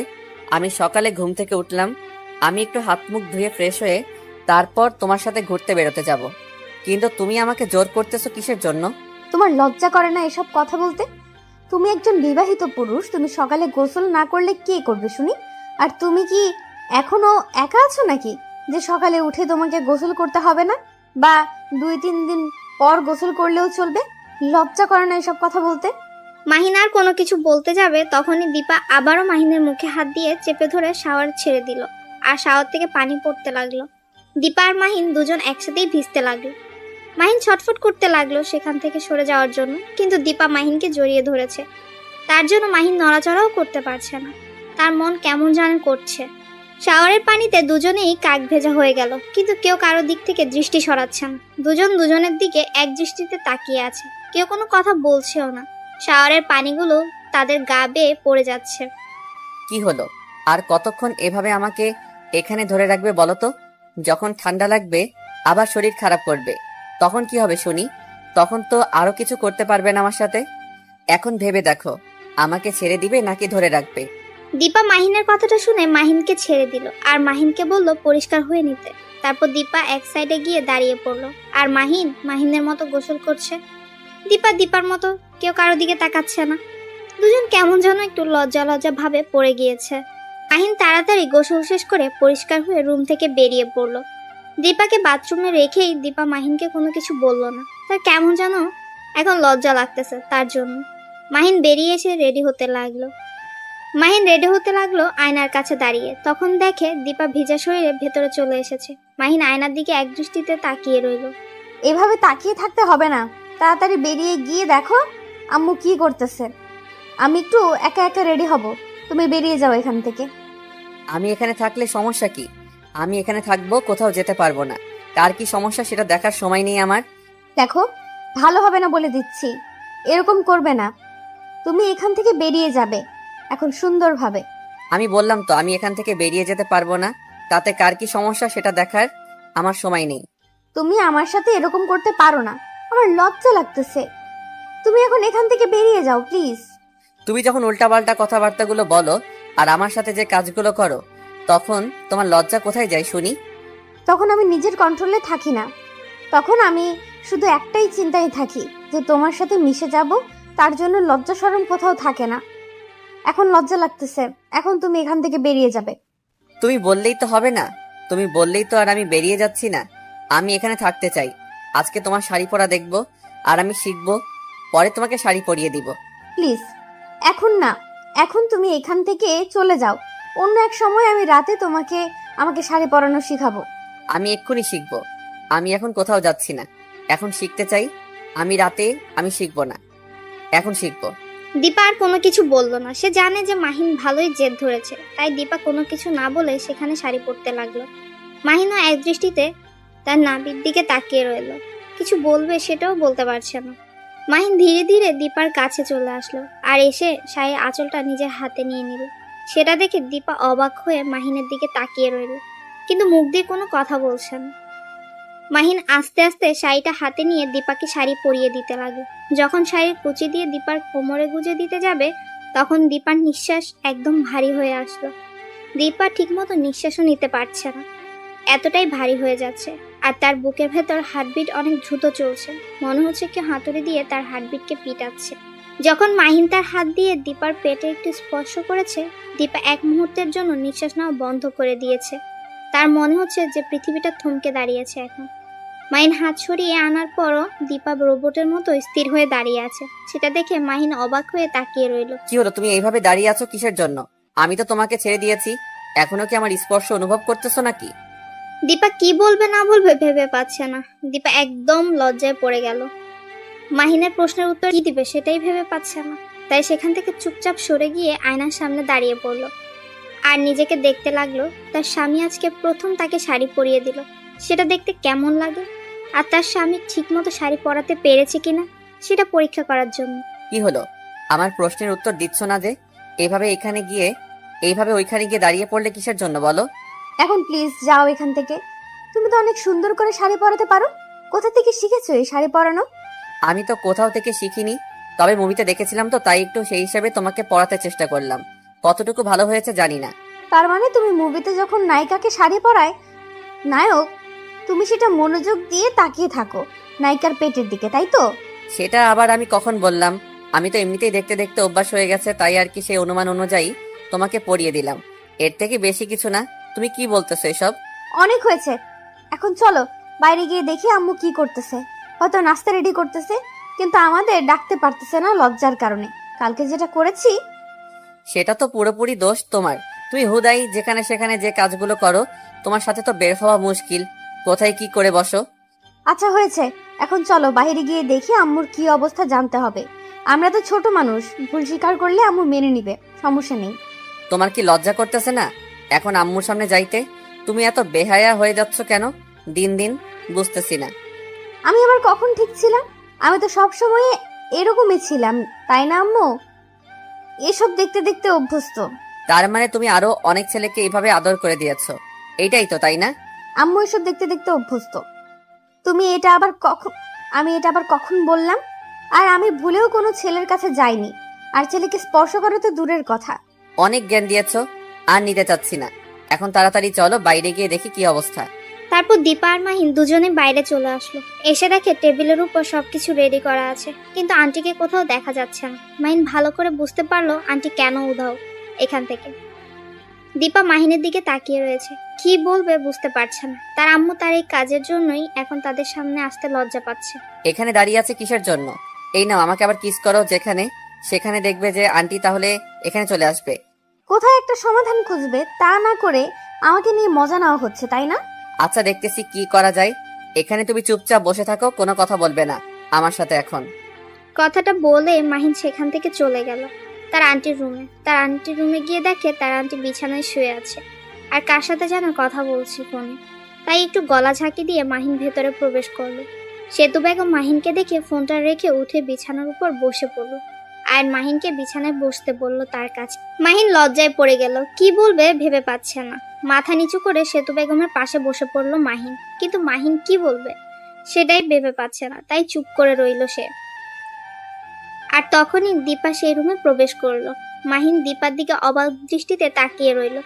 এই মেয়েটার আক্কেল জ্ঞান বলতে কিছুই নেই, এখন আবার সবাই একসাথে হয়েছে, এখন কি যে হবে বুঝতে পারছে না। মাহিন লজ্জায় মাথা নিচু করে রইল। আম্মু যা করছি, তুমি তার জন্য লজ্জা পাবে? আমরা ছোট, সেই হিসেবে যেটা করছি তুমি সেটা একটু ক্ষমার দৃষ্টিতে দেখবে, তা না করে অভিমান করে আছো, ব্যাপার কি? দীপার কথা শুনে দীপার আম্মু অবাক, তার সাথে মাহিন অনেকটা বেশি অবাক। কি বলতেছে দীপা, নিজেও জানে কি না। মাহিন সেখান থেকে সরে যেতে চাইলো, দীপা মাহিনের হাত ধরে সেখানে দাঁড় করিয়ে দিল। মাহিন অবাক দৃষ্টিতে দীপার হাতের দিকে তাকিয়ে আছে। মাহিন কাকে কি বলবে বুঝতে পারছে না, তাই চুপ করে সেখানে মাথা নিচু করে দাঁড়িয়ে রইল। সে লজ্জায় পড়ে গিয়েছে। তুমি কথা বলো, আমি বাহিরে তোমার জন্য অপেক্ষা করতেছি। আমার খুব ক্ষুধা পেয়েছে, আমি কিছু খেয়ে নেব তাড়াতাড়ি। তুমি যে এত বাহানা করতে জানো সেটা আজকে ভালো করে বুঝতে পারলাম। এখন চুপচাপ এখানে বসে থাকো, কোনো কথা বলবে না। সত্যি বলতেছি, আমার অনেক ক্ষুধা লেগেছে। এমনিতে অসুস্থ থেকে সুস্থ হয়েছি, এখন তো একটু ক্ষুধা বেশি থাকবে, তাই না আন্টি? আচ্ছা, অনেক ড্রামা করলে। তোমরা দুজনে এখন চলো গিয়ে নাস্তা সেরে নেওয়া যাক। তারপর তিনজন গিয়ে নাস্তা টেবিলে বসে পড়লো। সবাই একসাথে অনেক মজা করে নাস্তাও করে নিল। তারপর দীপা সেতু বেগমকে বলে যে আজকে তারা সারাদিন বাইরে ঘোরাফেরা করবে, বাইরেই নাস্তা করবে, বাইরেই সবকিছু করবে, সন্ধ্যার পর বাসায় ফিরবে। তাদের জন্য আজ যেন কোনো রান্না বাড়িতে না করা হয়। কথাটি বলেই দীপা মাহিনের হাত ধরে বাসা থেকে বেরিয়ে গেল। বাসা থেকে বেরিয়ে একটা রিক্সা দেখতে পেল, সেই রিক্সাতেই উঠে সারা শহরে ঘোরার জন্য রিক্সাওয়ালাকে কন্ট্যাক্ট করে নিল। রিক্সাওয়ালাও রাজি হয়ে গেল। তারপর রিক্সাওয়ালা তাদেরকে নিয়ে ঘুরতে লাগলো অজানা গন্তব্য। যেখানে দীপা যেতে চাইছে রিক্সাওয়ালা ঠিক সেখানেই নিয়ে যাচ্ছে। মাহিন শুধু অবাক দৃষ্টিতে দীপার দিকে তাকিয়ে আছে। সে এত জায়গায় চেনে কিভাবে? সে তো এই এলাকাতেই বড় হয়েছে, কিন্তু এই এলাকায় গলিগুলো তো কখনো আসা হয়নি। কিন্তু দীপা ঠিকই এসেছিল। কি ব্যাপার, তুমি আমার দিকে এভাবে অবাক দৃষ্টিতে তাকিয়ে আছো কিসের জন্য? বুঝলাম না, আমি কি কোনো ভুল কাজ করতেছি নাকি? সেরকম কোনো কিছু না, কিন্তু একটা জিনিস আমাকে খুব ভাবাচ্ছে। আমিও তো এই এলাকাতেই বড় হয়েছি ছোট থেকে, কিন্তু এই গলিগুলোতে কখন আসা হয়নি। তাই ভাবতেছি তুমি এত গালি করেছো আর আমি এখান থেকে কি ঘোড়ার ঘাস কাটলাম। দেখো, কথাটা কিন্তু যুক্তিযুক্ত, কারণ আমি অনেক জায়গায় ঘুরেছি আর তুমি তো অনেক জায়গায় ঘুরেছো। হিসেব করে দেখো, আমি বেশি ঘুরেছি। কি মজা! তোমার মতো তো আর আমি এই কাছাকাছি জায়গাগুলোকে ভোগ করিনি। আমি তো দূরে দূরে ঘুরতে গিয়েছিলাম। আমি কখনো তো আশেপাশের এলাকাগুলোতে ঘুরতে যাইনি। কথায় আছে না, যে দেশের কোনো কিছু উপভোগ না করেই বাইরের দেশে যাওয়া লেজেন্ডগুলো হলো আসল আবাল। তার মানে তুমি আমাকে আবাল বলে সম্বোধন করতেছো, তাই তো? এত বড় সাহস হলো কি করে তোমার? এখন কিন্তু এতটা অসুস্থ না যে তোমাকে কিছু বলতে পারবো না। তোমার সাহস দেখতেছি দিন দিন বেড়েই চলেছে। ভালো লাগলো তোমার এই স্বভাবটা। আমাকে না দেখিয়ে অন্যকে দেখালে হয়তো কাজে লাগবে। আমার কাছ থেকে অন্তত নিজের সাহসটা লুকিয়ে রাখার চেষ্টা করো। আমার রাগ উঠলে আমি মানুষ থাকি না, তখন তোমাকে কি বলবো, কি করব, নাকি পিটাবো হুঁশ থাকে না। এটা আমাদের বাড়ি না, আর আমরা এখন রাস্তায় আছি, আর একটা রিক্সাওয়ালা মামা আমাদের সাথে আছে। আর তুমি কি ব্যবহার করতেছো শুনি? অনেক হয়েছে, আর জ্ঞান নিতে চাচ্ছি না। মামা, আপনি একটা বিলের পাশে নামিয়ে দিন, আর আপনি আপনার ভাড়াটা নিয়ে চলে যান তো। আমরা এখন একটা নদীর ধারে যেতে চাচ্ছি। তারপর দীপা রিক্সাওয়ালা তাদেরকে নিয়ে একটা নদীর কাছে গিয়ে নামিয়ে দিল। রিক্সা ভাড়া নিয়ে সেখান থেকে চলেও গেল। আর দীপা নদীর কিনারা দিয়ে হেঁটে যাচ্ছে, সেটা দেখে মাহিন দীপাকে সেখান থেকে সরিয়ে নিল। মাহিনের ভয় করছে, যদি কি পড়ে যায় দীপা, তার জন্য। তা কিছু বলল না, চুপচাপ মাহিনের হাত ধরে নদীর পাড়ে হাঁটতে লাগলো। আর সে নদীর পাড়ের বাতাসগুলো, একদম মুক্ত খোলা বাতাসগুলো উপভোগ করতে লাগলো। দীপা নদীর ধারে একটু থেমে থাকে না, সে এদিক ওদিক দৌড়াদৌড়ি করছে। সেটা দেখে মাহিন একটু অবাক হলো। সে ভাবতেছে দীপার আবার হঠাৎ কি হয়ে গেল যে ছোট বাচ্চাদের মতো স্বভাব করছে। কিছু বলতেছে না।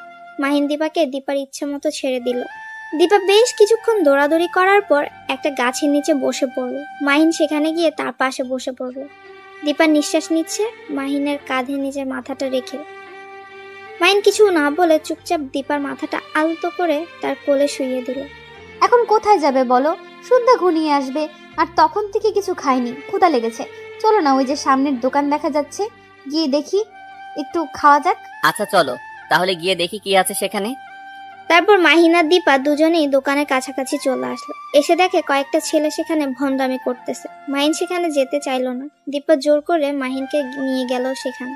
আর দীপা মাহিনকে বলতেছে তারা তাদের মতো থাকবে।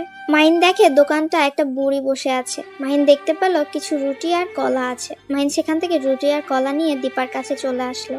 আমি হাত দিয়ে কোনো কিছু নিতে পারবো না, তুমি আমাকে খাইয়ে দিবে। এখন আর কোনো কথা বলতে চাই না, আমি যেটা বলবো সেটাই করবে এখন। আমরা এখন বাহিরে আছি, তুমি আমাকে সবসময় প্যারা দিতেই থাকবে, তাই না? একটু তো নিজে নিজে অনুভব করা উচিত। এখানে আমি কোনো কথা বলতে চাচ্ছি না, আমি এখন যেটা বলতেছি তুমি সেটা করবে, আর তাড়াতাড়ি এখান থেকে যেতে হবে। দেখো ছেলেগুলো আমার দিকে কিভাবে তাকিয়ে আছে, ইচ্ছে করতেছে জুতা পেটা করে দিই। এই জন্যই তো বললাম এখানে না থেকে চলো আমরা অন্য কোথাও গিয়ে নাস্তা করি। তুমি বললা এখানেই করবে, এখন আমার কি করার? তুমি যদি সাহস পাও বলো, তাহলে দেখো আমি গিয়ে ছেলেগুলোকে জুতা পিটা করে আসি, দেখবে আমার সাহস কত দূর। হয়েছে, থাক, আর সাহস দেখাতে হবে না। আমি কোন ঝামেলায় জড়াতে চাচ্ছি না। তুমি বললে অবশ্যই তাদের সাথে ঝামেলায় জড়াতে পারি, কিন্তু এখন কোনোভাবেই পসিবল না। ভিতুর ডিম কোথাকার, তোমার যে কত সাহস সেটা আমার জানা হয়ে গেল। কয়েকটা ছেলে থ্রেট করবে সেটাই পারতেছো না। তোমার যা ইচ্ছা তাই ভাবতে পারো। এখন চলো সন্ধ্যার সময় নদীর পাড়ে গিয়ে বসি, দেখবে যে সূর্য যখন অস্ত যাবে তখন নদীটা দেখতে কি সুন্দর লাগে। চলো। তুমি কি এর আগে এই নদীতে এসেছিলে? কত এসেছিলাম, গোসল পর্যন্ত করেছি। আমার সব বন্ধুরা মিলে এই নদীতে এসেছি। অনেক স্মৃতি রয়েছে আমাদের বন্ধুদের এখানে। আর এখন এই নদীটা একদম অপরিচিত হয়ে গেছে আমাদের কাছে। কতদিন ধরে এখানে আসি না। তাই নাকি? কোনো মেয়ে ছিল নাকি এখানে যে তার স্মৃতিগুলো তুমি এই নদীতে রেখেছো? যা বলেছো বলেছো, আর একটা উল্টাপাল্টা কথা বলবা না, বুঝছো? এখন চলো এখান থেকে, এখন বাসায় চলে যাব। তোমাকে যতক্ষণ এখানে নিয়ে থাকবো ততক্ষণ তুমি নানা ধরনের প্রশ্ন শুরু করবে আমাকে। সত্যি কথা বললে তো গায়ে লাগবেই, তাই না? সত্যি বলেছি, তাই এখন জ্বালা দিচ্ছে তোমার। থাক, কিছু বলবো না। সত্যি কি বলতেছো তুমি? তুমি তো মিথ্যা বলতেছো, তার জন্য আমার গায়ে লাগতেছে।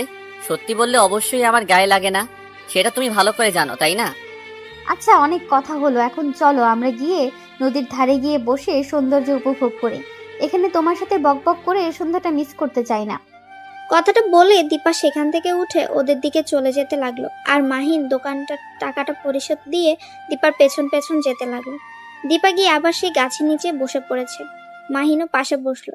দীপা মুখ গম্ভীর করে বসে আছে, মাহিনের সাথে কোনো কথা বলছে না। সেটা দেখে বুঝতে পারলো যে দীপা তার উপর রেগে আছে। মাহিন একা একাই বকবক করেই যাচ্ছে, এটা বলছে ওটা বলছে। কি করছিল এখানে সে এসব কিছুই বলতেছে, কিন্তু দীপা এখনো তার মুখ দিয়ে কোনো কথা বের করছে না। মাহিন অবাক হলো, দীপা এত তাড়াতাড়ি নিজের মনকে পাল্টে নিল। সে এতক্ষণ তো তার সাথে ঠিকই বকবক করছিল, তাহলে এখন আবার নিজের মনকে পাল্টিয়ে নিল কিসের জন্য বুঝতেছে না। মাহিন প্রচুর বিপদে পড়ে গেল। এই মেয়েটা রাগ করলে যে কিভাবে রাগ ভাঙাবে সেটাই জানে না, কিন্তু এখন তো রাগ ভাঙাতেই হবে, যে কোনো উপায়েই হোক। মাহিন সামনে এগিয়ে দীপার কোলে মাথা রেখে শুয়ে পড়ল। দীপা সেটা দেখেও না দেখার ভান করে নদীর দিকে তাকিয়ে রয়েছে। কি হলো, এত রাগ করার কারণ কি? আমার সাথে কথা বলবে না? দীপা তাও চুপ করে আছে। কেন কথা বলছে না মাহিনের সাথে? মাহিন কি বলবে বুঝতেও পারছে না। হঠাৎ করে তার এত পরিবর্তন হওয়ার কারণ কি? মাহিন দীপাকে কি বলবে না বলবে খুঁজে পাচ্ছে না, কারণ এর আগে কখনো মাহিন একটা মেয়ের রাগ ভাঙায়নি। তাই সে জানে না যে একটা মেয়ের রাগ কিভাবে ভাঙাতে হয়। মাহিন মহা মুশকিলে পড়ে গেল। কি করবে সে এখন বুঝতেছে না। কিভাবে যে তার মহারানী রাগ ভাঙাবে সে টেনশনেই মরে যাচ্ছে। দেখো আমি কখনো কোনো মেয়ের এভাবে রাগ ভাঙাইনি যে আমি জানবো একটা মেয়েকে কি করলে তার রাগ ভাঙে। এখন তুমি যদি দয়া করে তোমার রাগটা কন্ট্রোলে না রাখো, তাহলে কিন্তু রাগ ভাঙাতে পারবো না আমি। কুত্তা বিড়াল, তোর সাহস কি করে হয়? তুই আমাকে একা একা বাসায় রেখে তুই এই নদীতে এসেছিলি আর অন্য মেয়ের দিকে তাকিয়েছিলি, তার সাথে মজা নিয়েছিলি, তাই না? তোর সাহস কত বড়, তোর কলিজা কত বড়, আজকে দেখে নেব। বাসায় যা আগে। মাহিন কি বলবে বুঝতে পারছে না দীপার কথা শুনে, কারণ মাহিন কখনো এখানে একটা মেয়ের জন্য আসেনি, কারণ তার ফ্রেন্ড সার্কেলটা তাকে এখানে নিয়ে এসেছিল প্রথম। আর তখন থেকে মাহিনের একটা প্রিয় জায়গা হয়ে গেছিল এই নদীর ধার। তার জন্যই মাহিন প্রতিদিন বিকেলে এই নদীর ধারে আড্ডা দিতে আসতো তার বন্ধুদের সাথে। কিন্তু দীপা এটা কি বলতেছে সে তো বুঝতেছে না। কখনোই তো কোনো মেয়ের জন্য নদীর পাড়ে আসেনি সে। সত্যি বলতেছি, আমি কখনো একটা মেয়ের জন্য এখানে কখনোই আসিনি। আমি শুধু এই নদীর যে সৌন্দর্যটা আছে সেটাকে উপভোগ করার জন্য এসেছিলাম এখানে। সেটা না হয় বুঝলাম, নদীর সৌন্দর্য উপভোগ করার জন্য এসেছিলে, কিন্তু তুমি যে স্মৃতির কথা বললে সেই স্মৃতিগুলো কি আমাকে তো বললা না তুমি? দেখো, আমরা তো ছোট থেকে একসাথে বড় হয়েছি, তাই না? আর তুমি তোমার বান্ধবীদের সাথে ঘুরেছো, বন্ধুদের সাথে ঘুরেছো। আমি তো সেই বিষয়ে কোনো কিছু জানতে চাইনি। তুমি জানতে চাওনি তো কি হয়েছে? আমি জানতে চাই, আমাকে বলতে হবে, কারণ আমার জানার অধিকারটা আছে এখন। দেখো, আমি এখন তর্ক করতে চাই না। সামনে তাকিয়ে দেখো সূর্যটা কিভাবে তলিয়ে যাচ্ছে। সেটা তুমি দেখো, আমাকে দেখতে বলবা না বলে দিলাম। আর শোনো, তুমি কেন আমাকে বলবা না এই কথা বলো আগে। বললাম তো, আমার কিছু সমস্যা আছে, তার জন্য তোমাকে এই কথাগুলো বলা যাবে না।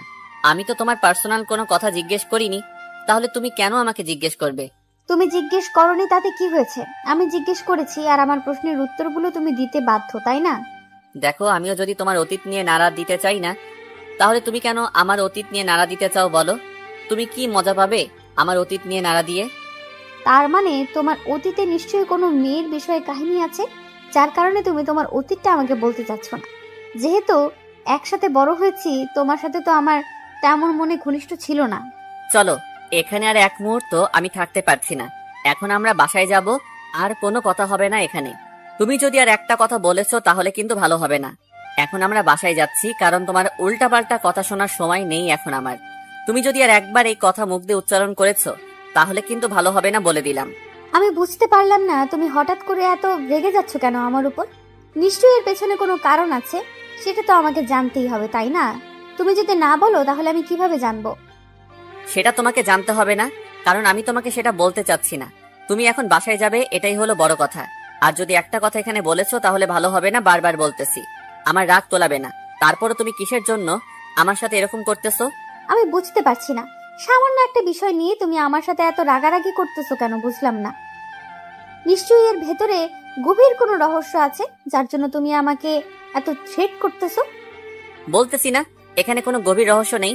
আমি বলতেছি তো, আমি শুধু আমার স্কুলের বন্ধুদের সাথে এখানে আসতাম, তাও আবার ছেলে বন্ধু, কোনো মেয়ে না। আর তুমি যে কি ভাবতেছো সেটা দেখার এখন আমার সময় নেই, কারণ সন্ধ্যা পার হয়ে রাত হতে চলেছে। আর আন্টির কথা কি তোমার মনে নেই? তুমি আজকে যেটা করতেছো, আমার সাথে বাজে ব্যবহারটা করতেছো, সেটা আমি সত্যিই হতবাক। কেন তুমি আমাকে বুঝিয়ে বলতে পারতে? কিন্তু তা না করে তুমি আমার উপর চিল্লাচ্ছ, তাও আবার বাহিরে। আমি না হয় একটু মেন্টাল টাইপের মেয়ে, আমি না হয় তোমার উপর চিল্লাই, তোমার উপর রাগ দেখাই, কিন্তু তুমি তো আমাকে বুঝিয়ে বলতে পারো, তাই না? তুমি তো শান্ত স্বভাবের একটা ছেলে, তাহলে তুমি এরকম করতেছো কেন? আজকে বুঝলাম নিশ্চয়ই এর ভেতরে কোনো রহস্য আছে। এই নদীর পাড়ে তোমার এমন কোনো স্মৃতি আছে যেটা তুমি কখনো বলতে পারো না। আমার খুব মাথা যন্ত্রণা করতেছে, আমি আর এখানে এক মুহূর্ত থাকতে চাই না। এখন কি তুমি আমার সাথে বাসায় যাবে নাকি এখানে বসে থাকবে সেটা বলো। যদি বলো যে তুমি এখানে থাকবে, তোমাকে এখানে ছেড়ে চলে যাব। আমি তো ভাবতাম আমি একটা খারাপ মেয়ে, এখন তো দেখতেছি তুমি একটা খারাপ ছেলে। কারণ তুমি কোথায় আমাকে ভালো করবে আর তুমি আমাকে রাগ দেখাচ্ছ। আর কি বলতেছো? আমি যদি এখন একটু অভিমান করে এখানে বসে থাকি তাহলে তুমি আমাকে ছেড়ে যাবে?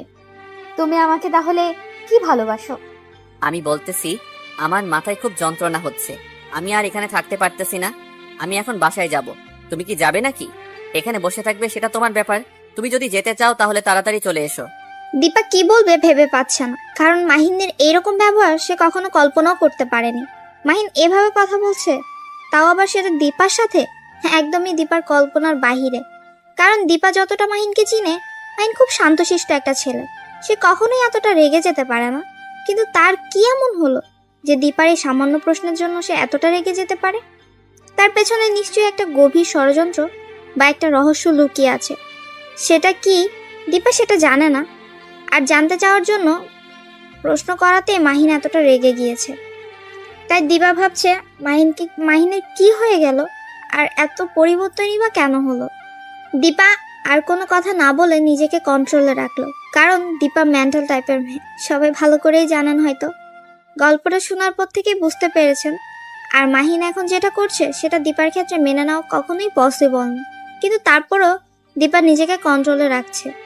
মাহিনের হাত ধরে চলতে লাগলো হাসি মুখে, মনে হচ্ছে একটু আগে কিছুই হয়নি। এরকম একটা মনোভাব নিয়ে দীপা মাহিনের হাত ধরে হাঁটছে। তারপর দীপা আর মাহিন একসাথেই রাস্তায় কোনো প্রকার কথা বলেনি, কারণ সে রাস্তায় কোনো প্রকার ঝগড়া করতে চাচ্ছে না। যা কথা হবে বাসায় গিয়ে শান্তশিষ্টভাবে কথা হবে। এখন যেহেতু মাহিনের মাথা যন্ত্রণাটা বেড়ে গেছে, তাই দীপা নিজেকে হাসি খুশি রাখার চেষ্টা করছে, আর মাহিনকেও হাসি খুশি রাখার চেষ্টা করছে। কারণ ডাক্তার বলেছে মাহিনকে উত্তেজিত হতে দেওয়া যাবে না, তাহলে বড় ধরনের একটা দুর্ঘটনা ঘটে যেতে পারে তার সাথে, যার কারণে নিজেকে কন্ট্রোলে রাখতে হচ্ছে। আস্তে আস্তে ভালোবাসা শুরু করে দিয়েছে তার ভালোবাসার মানুষকে। সে চায় না তার ভালোবাসার মানুষের কোনো ক্ষতি হোক, সে ক্ষতি হতে দিতে পারে না। তারপর একটা রিক্সা করে সন্ধ্যাটা উপভোগ করতে করতে দীপা আর মাহিন দুজনেই হাসি খুশিভাবে বাসায় ফিরে আসলো। তাদের হাসি দেখে সেতু বেগমের মনে প্রশান্তি বিরাজ করতে লাগলো। কি ব্যাপার, তোমরা তাড়াতাড়ি চলে আসলে যে?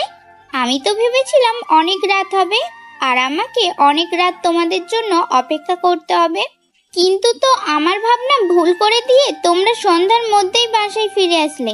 ব্যাপার কি, এত তাড়াতাড়ি তোমাদের ঘোরাঘুরি শেষ? আসলে আন্টি হয়েছে কি, আমার মাথায় যন্ত্রণা করতেছে তো তার কারণে চলে আসলাম। বাইরে থাকতে ইচ্ছা করতেছে না, এমনিতেই যানবাহনের যত শব্দ সব মাথার ভিতরে লাগতেছে, তার জন্য বাসায় ফিরে আসলাম। কি বলতেছো তুমি? তোমার মাথার যন্ত্রণা হচ্ছে? তুমি গিয়ে বিশ্রাম নাও, আর তোমাকে দাঁড়িয়ে থাকতে হবে না এখানে। আর হ্যাঁ, আর কখনো আমাকে আন্টি বলে ডাকবে না, এখন থেকে আম্মু ডাকবে। আমারও তো ইচ্ছে করে যে তোমার মুখ থেকে আম্মু ডাক শোনার, তাই না? আচ্ছা, তাহলে এরপর থেকে আন্টি না ডেকে আম্মু বলে ডাকবো, সমস্যা নেই। এখন তাহলে আমি একটু রুমে যাচ্ছি, আমার কেমন জানি মাথায় খুব যন্ত্রণা হচ্ছে, হয়তো বিশ্রাম নিলে ঠিক হয়ে যাবে। আর আমার কি ওষুধ বাসায় আছে? তোমার রুমে আমি একটু আগে ওষুধ রেখে আসলাম। একবার তোমার রুমে গিয়েছিলাম, গিয়ে দেখি তোমার ওষুধ শেষ হয়েছে, তাই আমি একটু বাইরে গিয়েছিলাম একটু কাজে, সেখান থেকে ফেরার পথে তোমার জন্য ওষুধগুলো নিয়ে এসেছি। যাও, সেখান থেকে কিছু ওষুধ খেয়ে নাও। আচ্ছা, আমি তাহলে রুমে যাচ্ছি।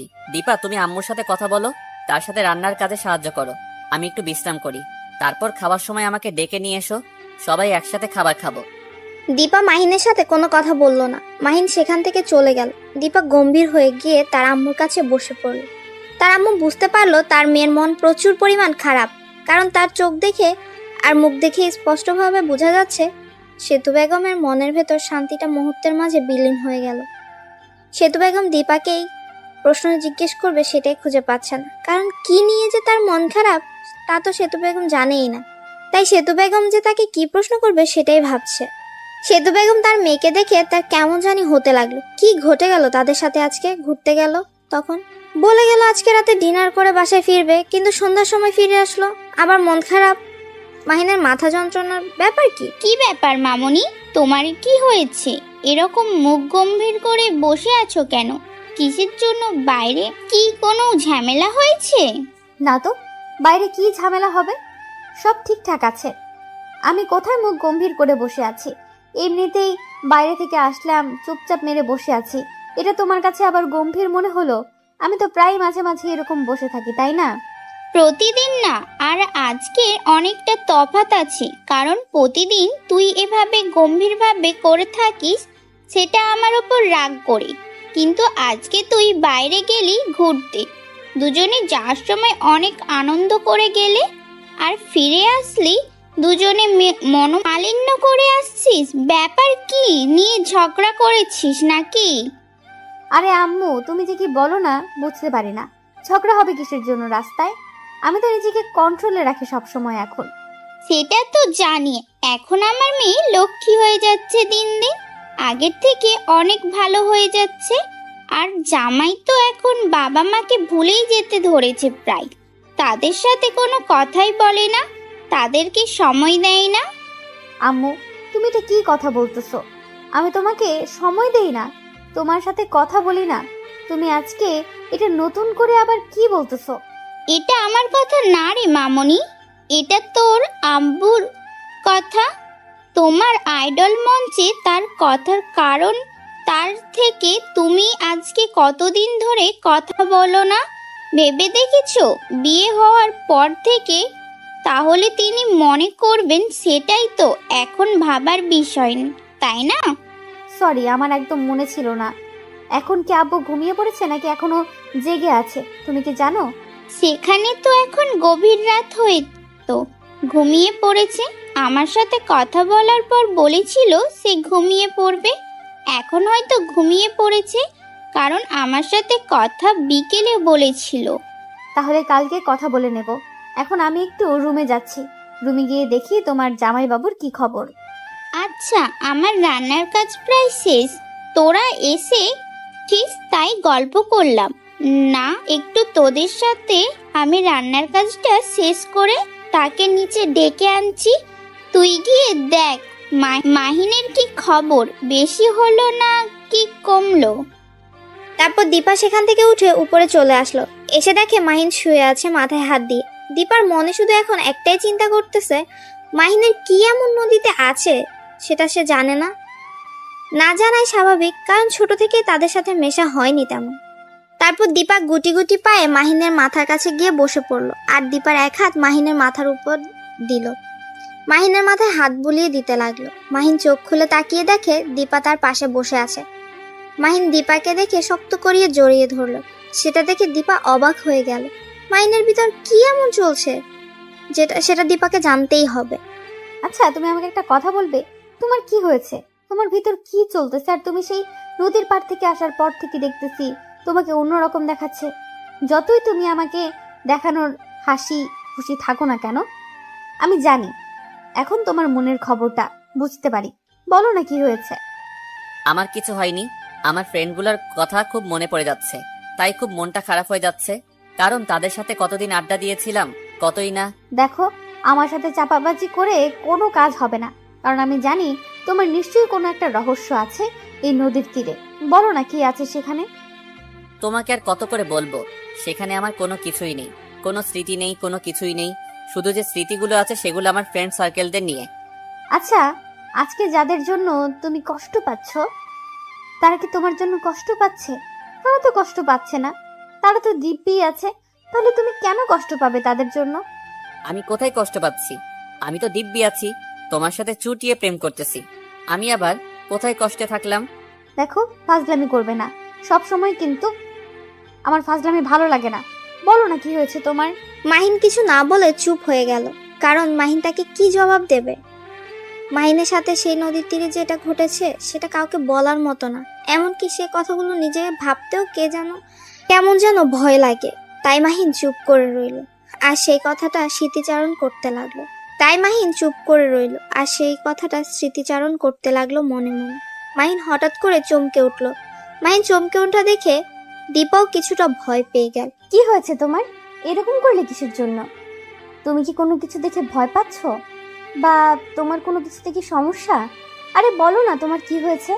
আমি বুঝতেছি না তো, আমার খুব ভয় লাগছে তোমাকে নিয়ে। তোমার কি হয়েছে আমাকে বলবা না তুমি? কই, আমার তো কিছু হয়নি, আমি একদম ঠিক আছি। তুমি কি বলতেছো? আমি তো ঠিক আছি, আমার তো কোনো কিছু হয় নাই। তুমি কি বলেছো আমি বুঝতেছি না তো। দেখো, এরকম ন্যাকামি করবে না। তোমার কি হয়েছে বলো, আমার খুব টেনশন হচ্ছে তোমাকে নিয়ে। তোমার কখন কি হয়ে যায় বুঝতেছি না, আমার খুব টেনশন হচ্ছে, বারবার বলতেছি। তারপরেও তুমি আমার সাথে এরকম মজা করতেছো, কিছুই বুঝি না। তুমি বললে তোমার সমস্যা কি আমাকে বলতে হবে তো, তাই না? আমার তো জানার অধিকার আছে। তুমি সত্যি আজব কথাবার্তা বলতেছো। আমার তো কিছু হয়নি যে আমি তোমাকে সেটা বলবো। আমার তো অতীতের তেমন কোনো ঘটনা নেই বা রহস্য নেই যেটা তোমাকে বলবো। আমি তো একদম স্বাভাবিক ছিলাম। তুমি আর আমি ছোট থেকে একসাথে বড় হয়েছি, তারপর তুমি বুঝতেছো না? আমার যদি কোনো কিছু ঘটে যেত তাহলে নিশ্চয়ই তো তুমি জানতে পারতে, তাই না? বুঝতে পারতেছি, তুমি এইভাবে আমাকে বলবে না, তাই না? আচ্ছা, বলতে হবে না। আমি আর এই বিষয় নিয়ে তোমাকে কোনো কথা বলবো না। তোমাকে আমি সুস্থ দেখতে চাই। তুমি যদি এটা নিয়ে কোনো টেনশন করেছো তখন দেখবে। আমি তো কোনো কিছু নিয়ে টেনশন করি না। তুমি আমাকে টেনশন দিচ্ছ কারণ তুমি বারবার এটা বলতেছো। আর কি কি বলতেছো? আমার তো তোমাকে নিয়ে টেনশন হচ্ছে। তোমার মাথায় কোনো সমস্যা হলো না তো? একদম ভালো হবে না বলে দিচ্ছি। পিটানি শুরু করে দিব। আমার খুব খারাপ লাগতেছে তোমার এই ব্যবহারগুলো, কেন জানি মেনে নিতে পারতেছি না।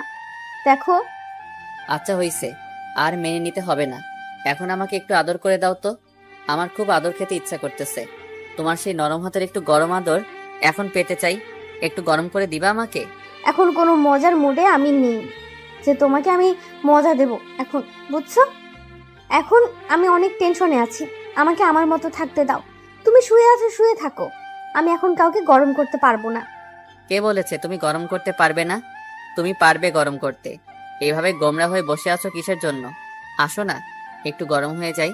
বলছি না হবে না, তারপরেও এরকম করতেছো কিসের জন্য? আমার সাথে চুপচাপ যেখানে শুয়ে আছো সেখানে গুটিসুটি মেরে শুয়ে থাকো।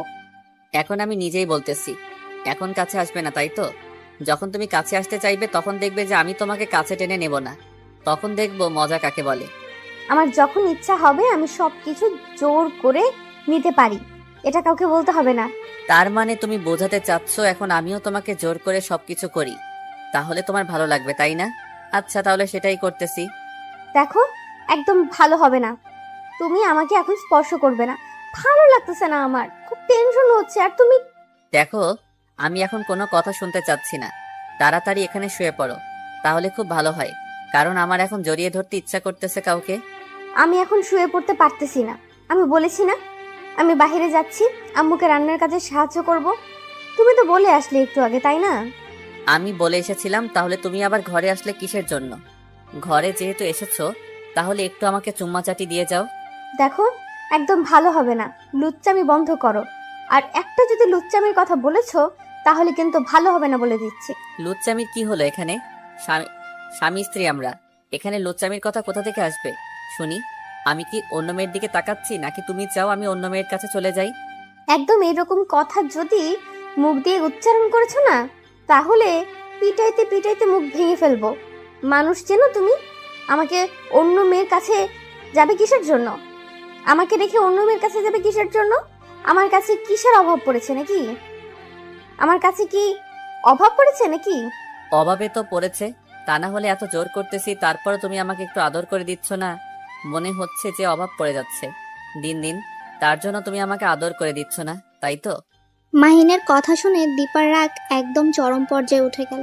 দীপা মাহিনের এ কথাটা কেন যেন মেনে নিতে পারছে না, কিন্তু মাহিন যেটা শুরু করে দিয়েছে সেটা দীপা কোনোভাবেই মেনে নিতে পারছে না। কারণ দীপার এখন এসব না করাই ভালো। যে কোনো সময় দীপার আম্মু ডাক দিতে পারে, তার জন্যই দীপা নিজের রাগটাকে কন্ট্রোল করার চেষ্টা করছে। কিন্তু মাহিনের কথা শুনে আবার নিজের কন্ট্রোলও হারিয়ে ফেলতেছে বারবার। হঠাৎ করে দীপা মাহিনের চুল হাতের মুঠোয় নিয়ে মাহিনের ঠোঁটে নিজের ঠোঁট বসিয়ে দিল। আর মাহিন একদম অবাক হয়ে চোখ বড় বড় করে দীপার দিকে তাকিয়ে রইল। মাহিন শুধু দীপার সাথে একটু মজা করছিল আর দীপাকে একটু রাগাচ্ছিল, কিন্তু দীপা যে বিষয়টা সিরিয়াসলি নিয়ে নেবে মাহিন কল্পনাও করতে পারেনি। আর মাহিন চেয়েছিল যে দীপাকে রাগিয়ে দিতে, আর দীপা নিজের কন্ট্রোল হারিয়ে ফেলে মাহিনের ঠোঁটে নিজের ঠোঁট বসিয়ে দিয়ে উড়াধুরা কিস করতে লাগলো। মাহিনা কম কিসের, মাহিনা শুরু করে দিল সবকিছু। কারণ তারা তো স্বামী স্ত্রী, তাদের তো সবকিছুই বৈধ, এখানে যা চলবে সবই বৈধ।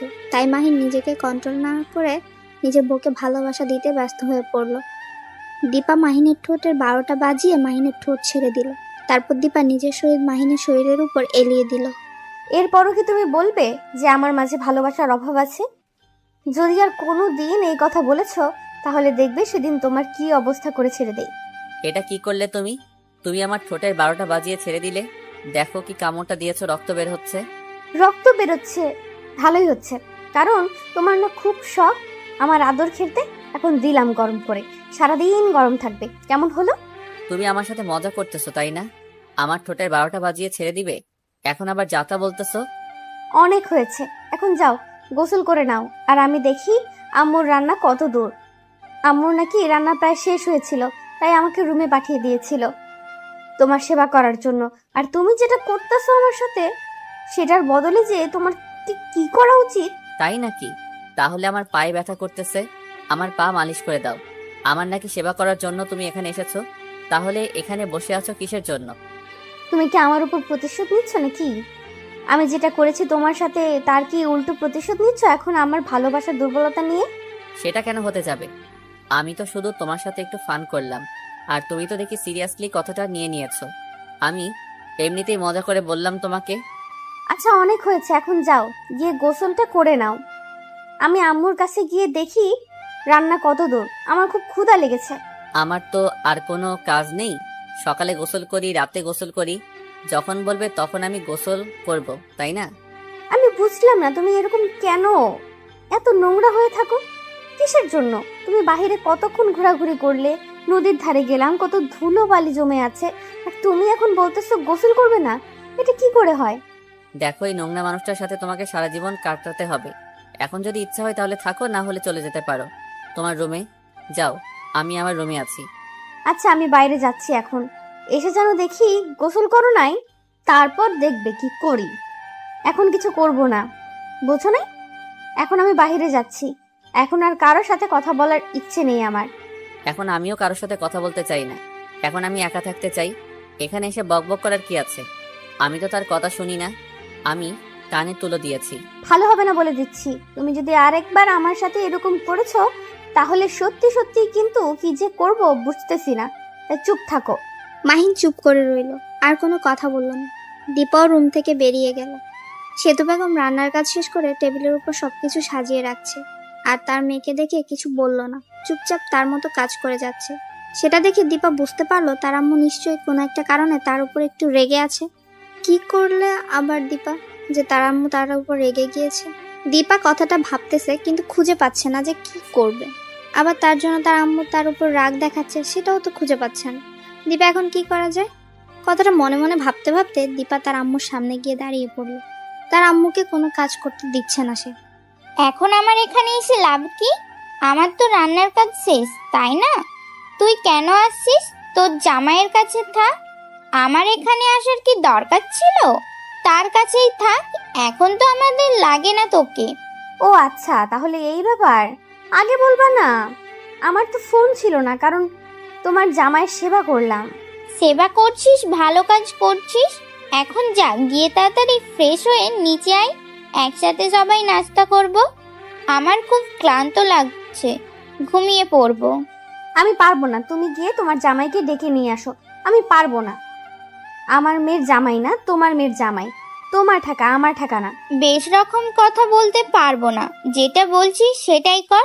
ভালো লাগছে না, বললাম না মাথার যন্ত্রণা করছে। আমারও আর একটু ভালো কথা হচ্ছে, তোর আব্বু ফাইনালি ডিসিশন দেবে কবে বাসায় আসবে। তাই নাকি? এত বড় খুশির সংবাদ তুমি এতক্ষণ পর আমাকে দিলে? এটা ঠিক না। আব্বু বাসায় আসতে চলেছে আর তুমি এখন আমাকে সেটা বলতেছো, তাই না? বললাম এটাই বেশি কারণ। তুই তো তোর আব্বুকে এখন ভুলে গিয়েছিস, তাই তোকে বলে লাভ কি?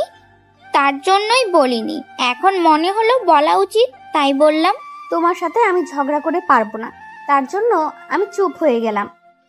আমি উপরে যাচ্ছি, গিয়ে তোমার আদরের জামাইকে নিয়ে আসতেছি। তুমি সব কিছু রেডি করো, আমি আর তোমাকে ডিস্টার্ব করতে চাচ্ছি না। কথাটা বলে দীপা রুমের ভেতর চলে আসলো। রুমে এসে দেখে মাহিন রুমের ভেতর নাই। গেল কোথায়? বাথরুমে গিয়ে দেখে বাথরুমেও নাই। তাহলে আবার গেল কোথায়? দীপা মাহিনের রুমে গিয়ে দেখলো, হয়তো ভেবেছে কোনো কাজের জন্য যেতে পারে, কিন্তু তার রুমে গিয়ে দেখলো সেখানেও মাহিন নেই। এবার দীপার খুব সন্দেহ হতে লাগলো, সে আবার কোথায় চলে গেল এভাবে হঠাৎ করে। দীপা আস্তে আস্তে ছাদের দিকে পা বাড়াতে লাগলো, হয়তো ঘুরতে গিয়েছে একটু হালকা। দীপা ছাদে গিয়ে দেখে যেটা ভেবেছিল সেটাই ঠিক। মাহিন ছাদের এক সাইডে গিয়ে দাঁড়িয়ে আছে আকাশের দিকে তাকিয়ে। কি হলো, তুমি এখানে দাঁড়িয়ে আছো কিসের জন্য এই রাতের বেলায় ছাদে? আর তোমার কি কোনো বিষয় নিয়ে মন খারাপ? না, আমার তো মন খারাপ না, এমনিতে আসলাম রাতটা উপভোগ করার জন্য। তার জন্য অনেকদিন থেকে তো রাতে ছাদে আসি না, তাই আজকে আসলাম। সেটা তো খাওয়া দাওয়া শেষ করে দুজনে একসাথে আসতে পারতাম, তাই না? তুমি আমাকে না বলে একা একা এখানে চলে এসেছো, আর আমি তোমাকে সারা বাড়ি খুঁজতেছি। আচ্ছা তাহলে চলো এখন নিচে যাই। আর এখানে থেকে লাভ কি বলো, গিয়ে খাওয়া দাওয়া শেষ করে নেই। আমি বুঝতেছি না তোমার মনের বিষয়টা, কারণ তোমাকে আমি যখনই দেখেছি তখনই তোমাকে উদাসীন দেখাচ্ছে। ব্যাপার কি, তোমার কি হয়েছে আমাকে বলবে তো, তাই না? আরে পাগলি, আমি একদম ঠিক আছি, আমার তো কিছু হয়নি। তুমি অযথা আমাকে নিয়ে টেনশন করতেছো। দেখো, তুমি আমার থেকে অনেক কিছু লুকিয়ে রাখতেছো, আমি সেটা তোমার চোখ দেখে বুঝতে পারতেছি। কারণ আমিও তোমার চোখ দেখে সব কিছু এখন বলে দিতে পারি তোমার মনের ভিতর কি চলতেছে। তাই আমার থেকে প্লিজ আর কিছু লুকিয়ে রেখো না, যা আছে তোমার মনের ভেতর আমাকে বলো প্লিজ। দেখো, আমার মনের ভেতর কিছু নেই, তুমি এখন চলো আমার সাথে নিচে গিয়ে সবাই একসাথে খাবো। হয়তো আম্মু আমাদের জন্য অপেক্ষা করতেছে আর আমরা এখানে গল্প করতেছি, এটা ঠিক না।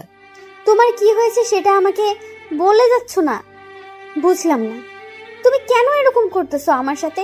প্লিজ বলো না, তুমি কেন আমার সাথে এমন করো? তুমি এভাবে বলতেছো কিসের জন্য? সত্যি আমার কিছু হয়নি, আমি এমনিতেই আছি তো, তাই না? আর আমি উদাসীন থাকতে চাই, তোমার সাথে তো গল্প করতেছি, ঠিক মতো হাসিভাবে থাকতেছি, তাই না? তারপরও আমার উদাসীনতার কি দেখলে তুমি? আচ্ছা নিচে চলো। আর হ্যাঁ, একটা কথা, কালকে আব্বুর ডিসিশন ফাইনাল করবে কবে তিনি বাসায় ফিরবে। কি মজা হবে, তাই না? কতদিন পর আব্বু আসবে। সত্যি বলছো? কবে আসবে সেটা কি বলেনি নাকি? এখনো তোমার সাথে কথা হয়নি?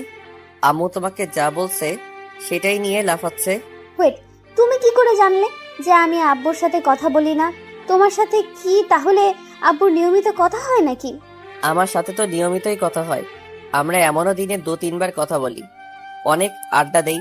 তোমাকে বলবো কিসের জন্য? তোমাকে বলে তো লাভ নেই। কি বলতেছো তুমি? দিনে 2-3 বার কথা বলো আর আমাকে তুমি একবারও জানাও না, তাই না? আর আমি তোমার জন্য আব্বুর সাথে কথা বলতে ভুলে গিয়েছি। আমাকে যে কি বকা দিবে এবারে সে। অনেক হয়েছে, এখন চলো তাড়াতাড়ি এখান থেকে চলে যেতে হবে। আম্মু আমাদের জন্য অপেক্ষা করতেছে, আম্মু আমাদের জন্য কত অপেক্ষা করতেছে, আর তুমি এখানে বসে বসে উল্টাপাল্টা কথা বলতেছো। দীপা আর কিছু না বলে চুপচাপ মাহিনের হাত ধরে নিচে নেমে আসলো। নিচে এসে দেখে তার আম্মু খাবার টেবিলে গালে হাত দিয়ে বসে আছে। সেটা দেখে দীপা আর মাহিন বুঝতে পারলো যে তাদের জন্যই হয়তো অপেক্ষা করছে। তারা ওখানে গিয়ে গল্প করছে। এবার না জানি কি কি শুনতে হবে তাদেরকে, তার জন্য প্রস্তুতিও তো নিতে লাগলো দুজন। দীপা আর মাহিন দুজনেই ভয়ে ভয়ে তার আম্মুর সামনে গিয়ে দাঁড়িয়ে পড়লো। সেতু বেগম তাদেরকে কিছু না বলে চুপচাপ খাবারগুলো তাদের দিকে এগিয়ে দিল। তারা বুঝতে পারছে না যে একটু পর কি শুরু হতে যাচ্ছে। সেতু বেগম কিছু বলল না, তাদের সাথে তাদেরকে কি বা বলবে? তারা তো নতুন দম্পতি, তাদের তো আলাদাভাবে ছেড়ে দিতেই হবে। কথা শোনালে তো আরো হবে না। সেতু বেগম চুপচাপ তার ইচ্ছা মতো খাবারগুলো তাদেরকে বেড়ে দিচ্ছে আর নিজেও খাচ্ছে, কোনো কথা বলছে না এ বিষয় নিয়ে। সেটা দেখে দীপা মাহিনের দিকে তাকাচ্ছে, মাহিন দীপার দিকে তাকাচ্ছে, কিন্তু কারো মুখ দিয়ে কোনো প্রকার কথা বেরোচ্ছে না। সবাই যার যার মতো খাবার খাচ্ছে, কেউ কোনো কথাই বলছে না। সেতু বেগম মাহিনকে আর দীপাকে সবকিছু দিতে লাগলো। মাহিন দীপার দিকে তাকাচ্ছে, কিন্তু কিছু বলতে পারছে না। কি জানি কি বলবে, তার জন্য চুপ করে রইল। আর মাথা নিচু করে দীপা আর মাহিন দুজনেই খেতে লাগলো। খাবার খাওয়া শেষ করে সেতু বেগম দীপাকে বলে নিজের রুমে চলে গেল আর দরজা বন্ধ করে দিল। দীপা আর মাহিন অবাক হয়ে তার দুজনের দিকে তাকিয়ে রইল। মন খারাপ নাকি তার? কিন্তু কেউ কিছু বলল না কেন? চুপ করেই রইল। এখানে শব্দ। হাই বন্ধুরা, গল্পটা কেমন লাগলো অবশ্যই কমেন্ট করে জানাবেন। আর যারা এখনো চ্যানেলটিকে সাবস্ক্রাইব করেনি তারা অবশ্যই চ্যানেলটি সাবস্ক্রাইব করে রাখুন। আল্লাহ হাফেজ।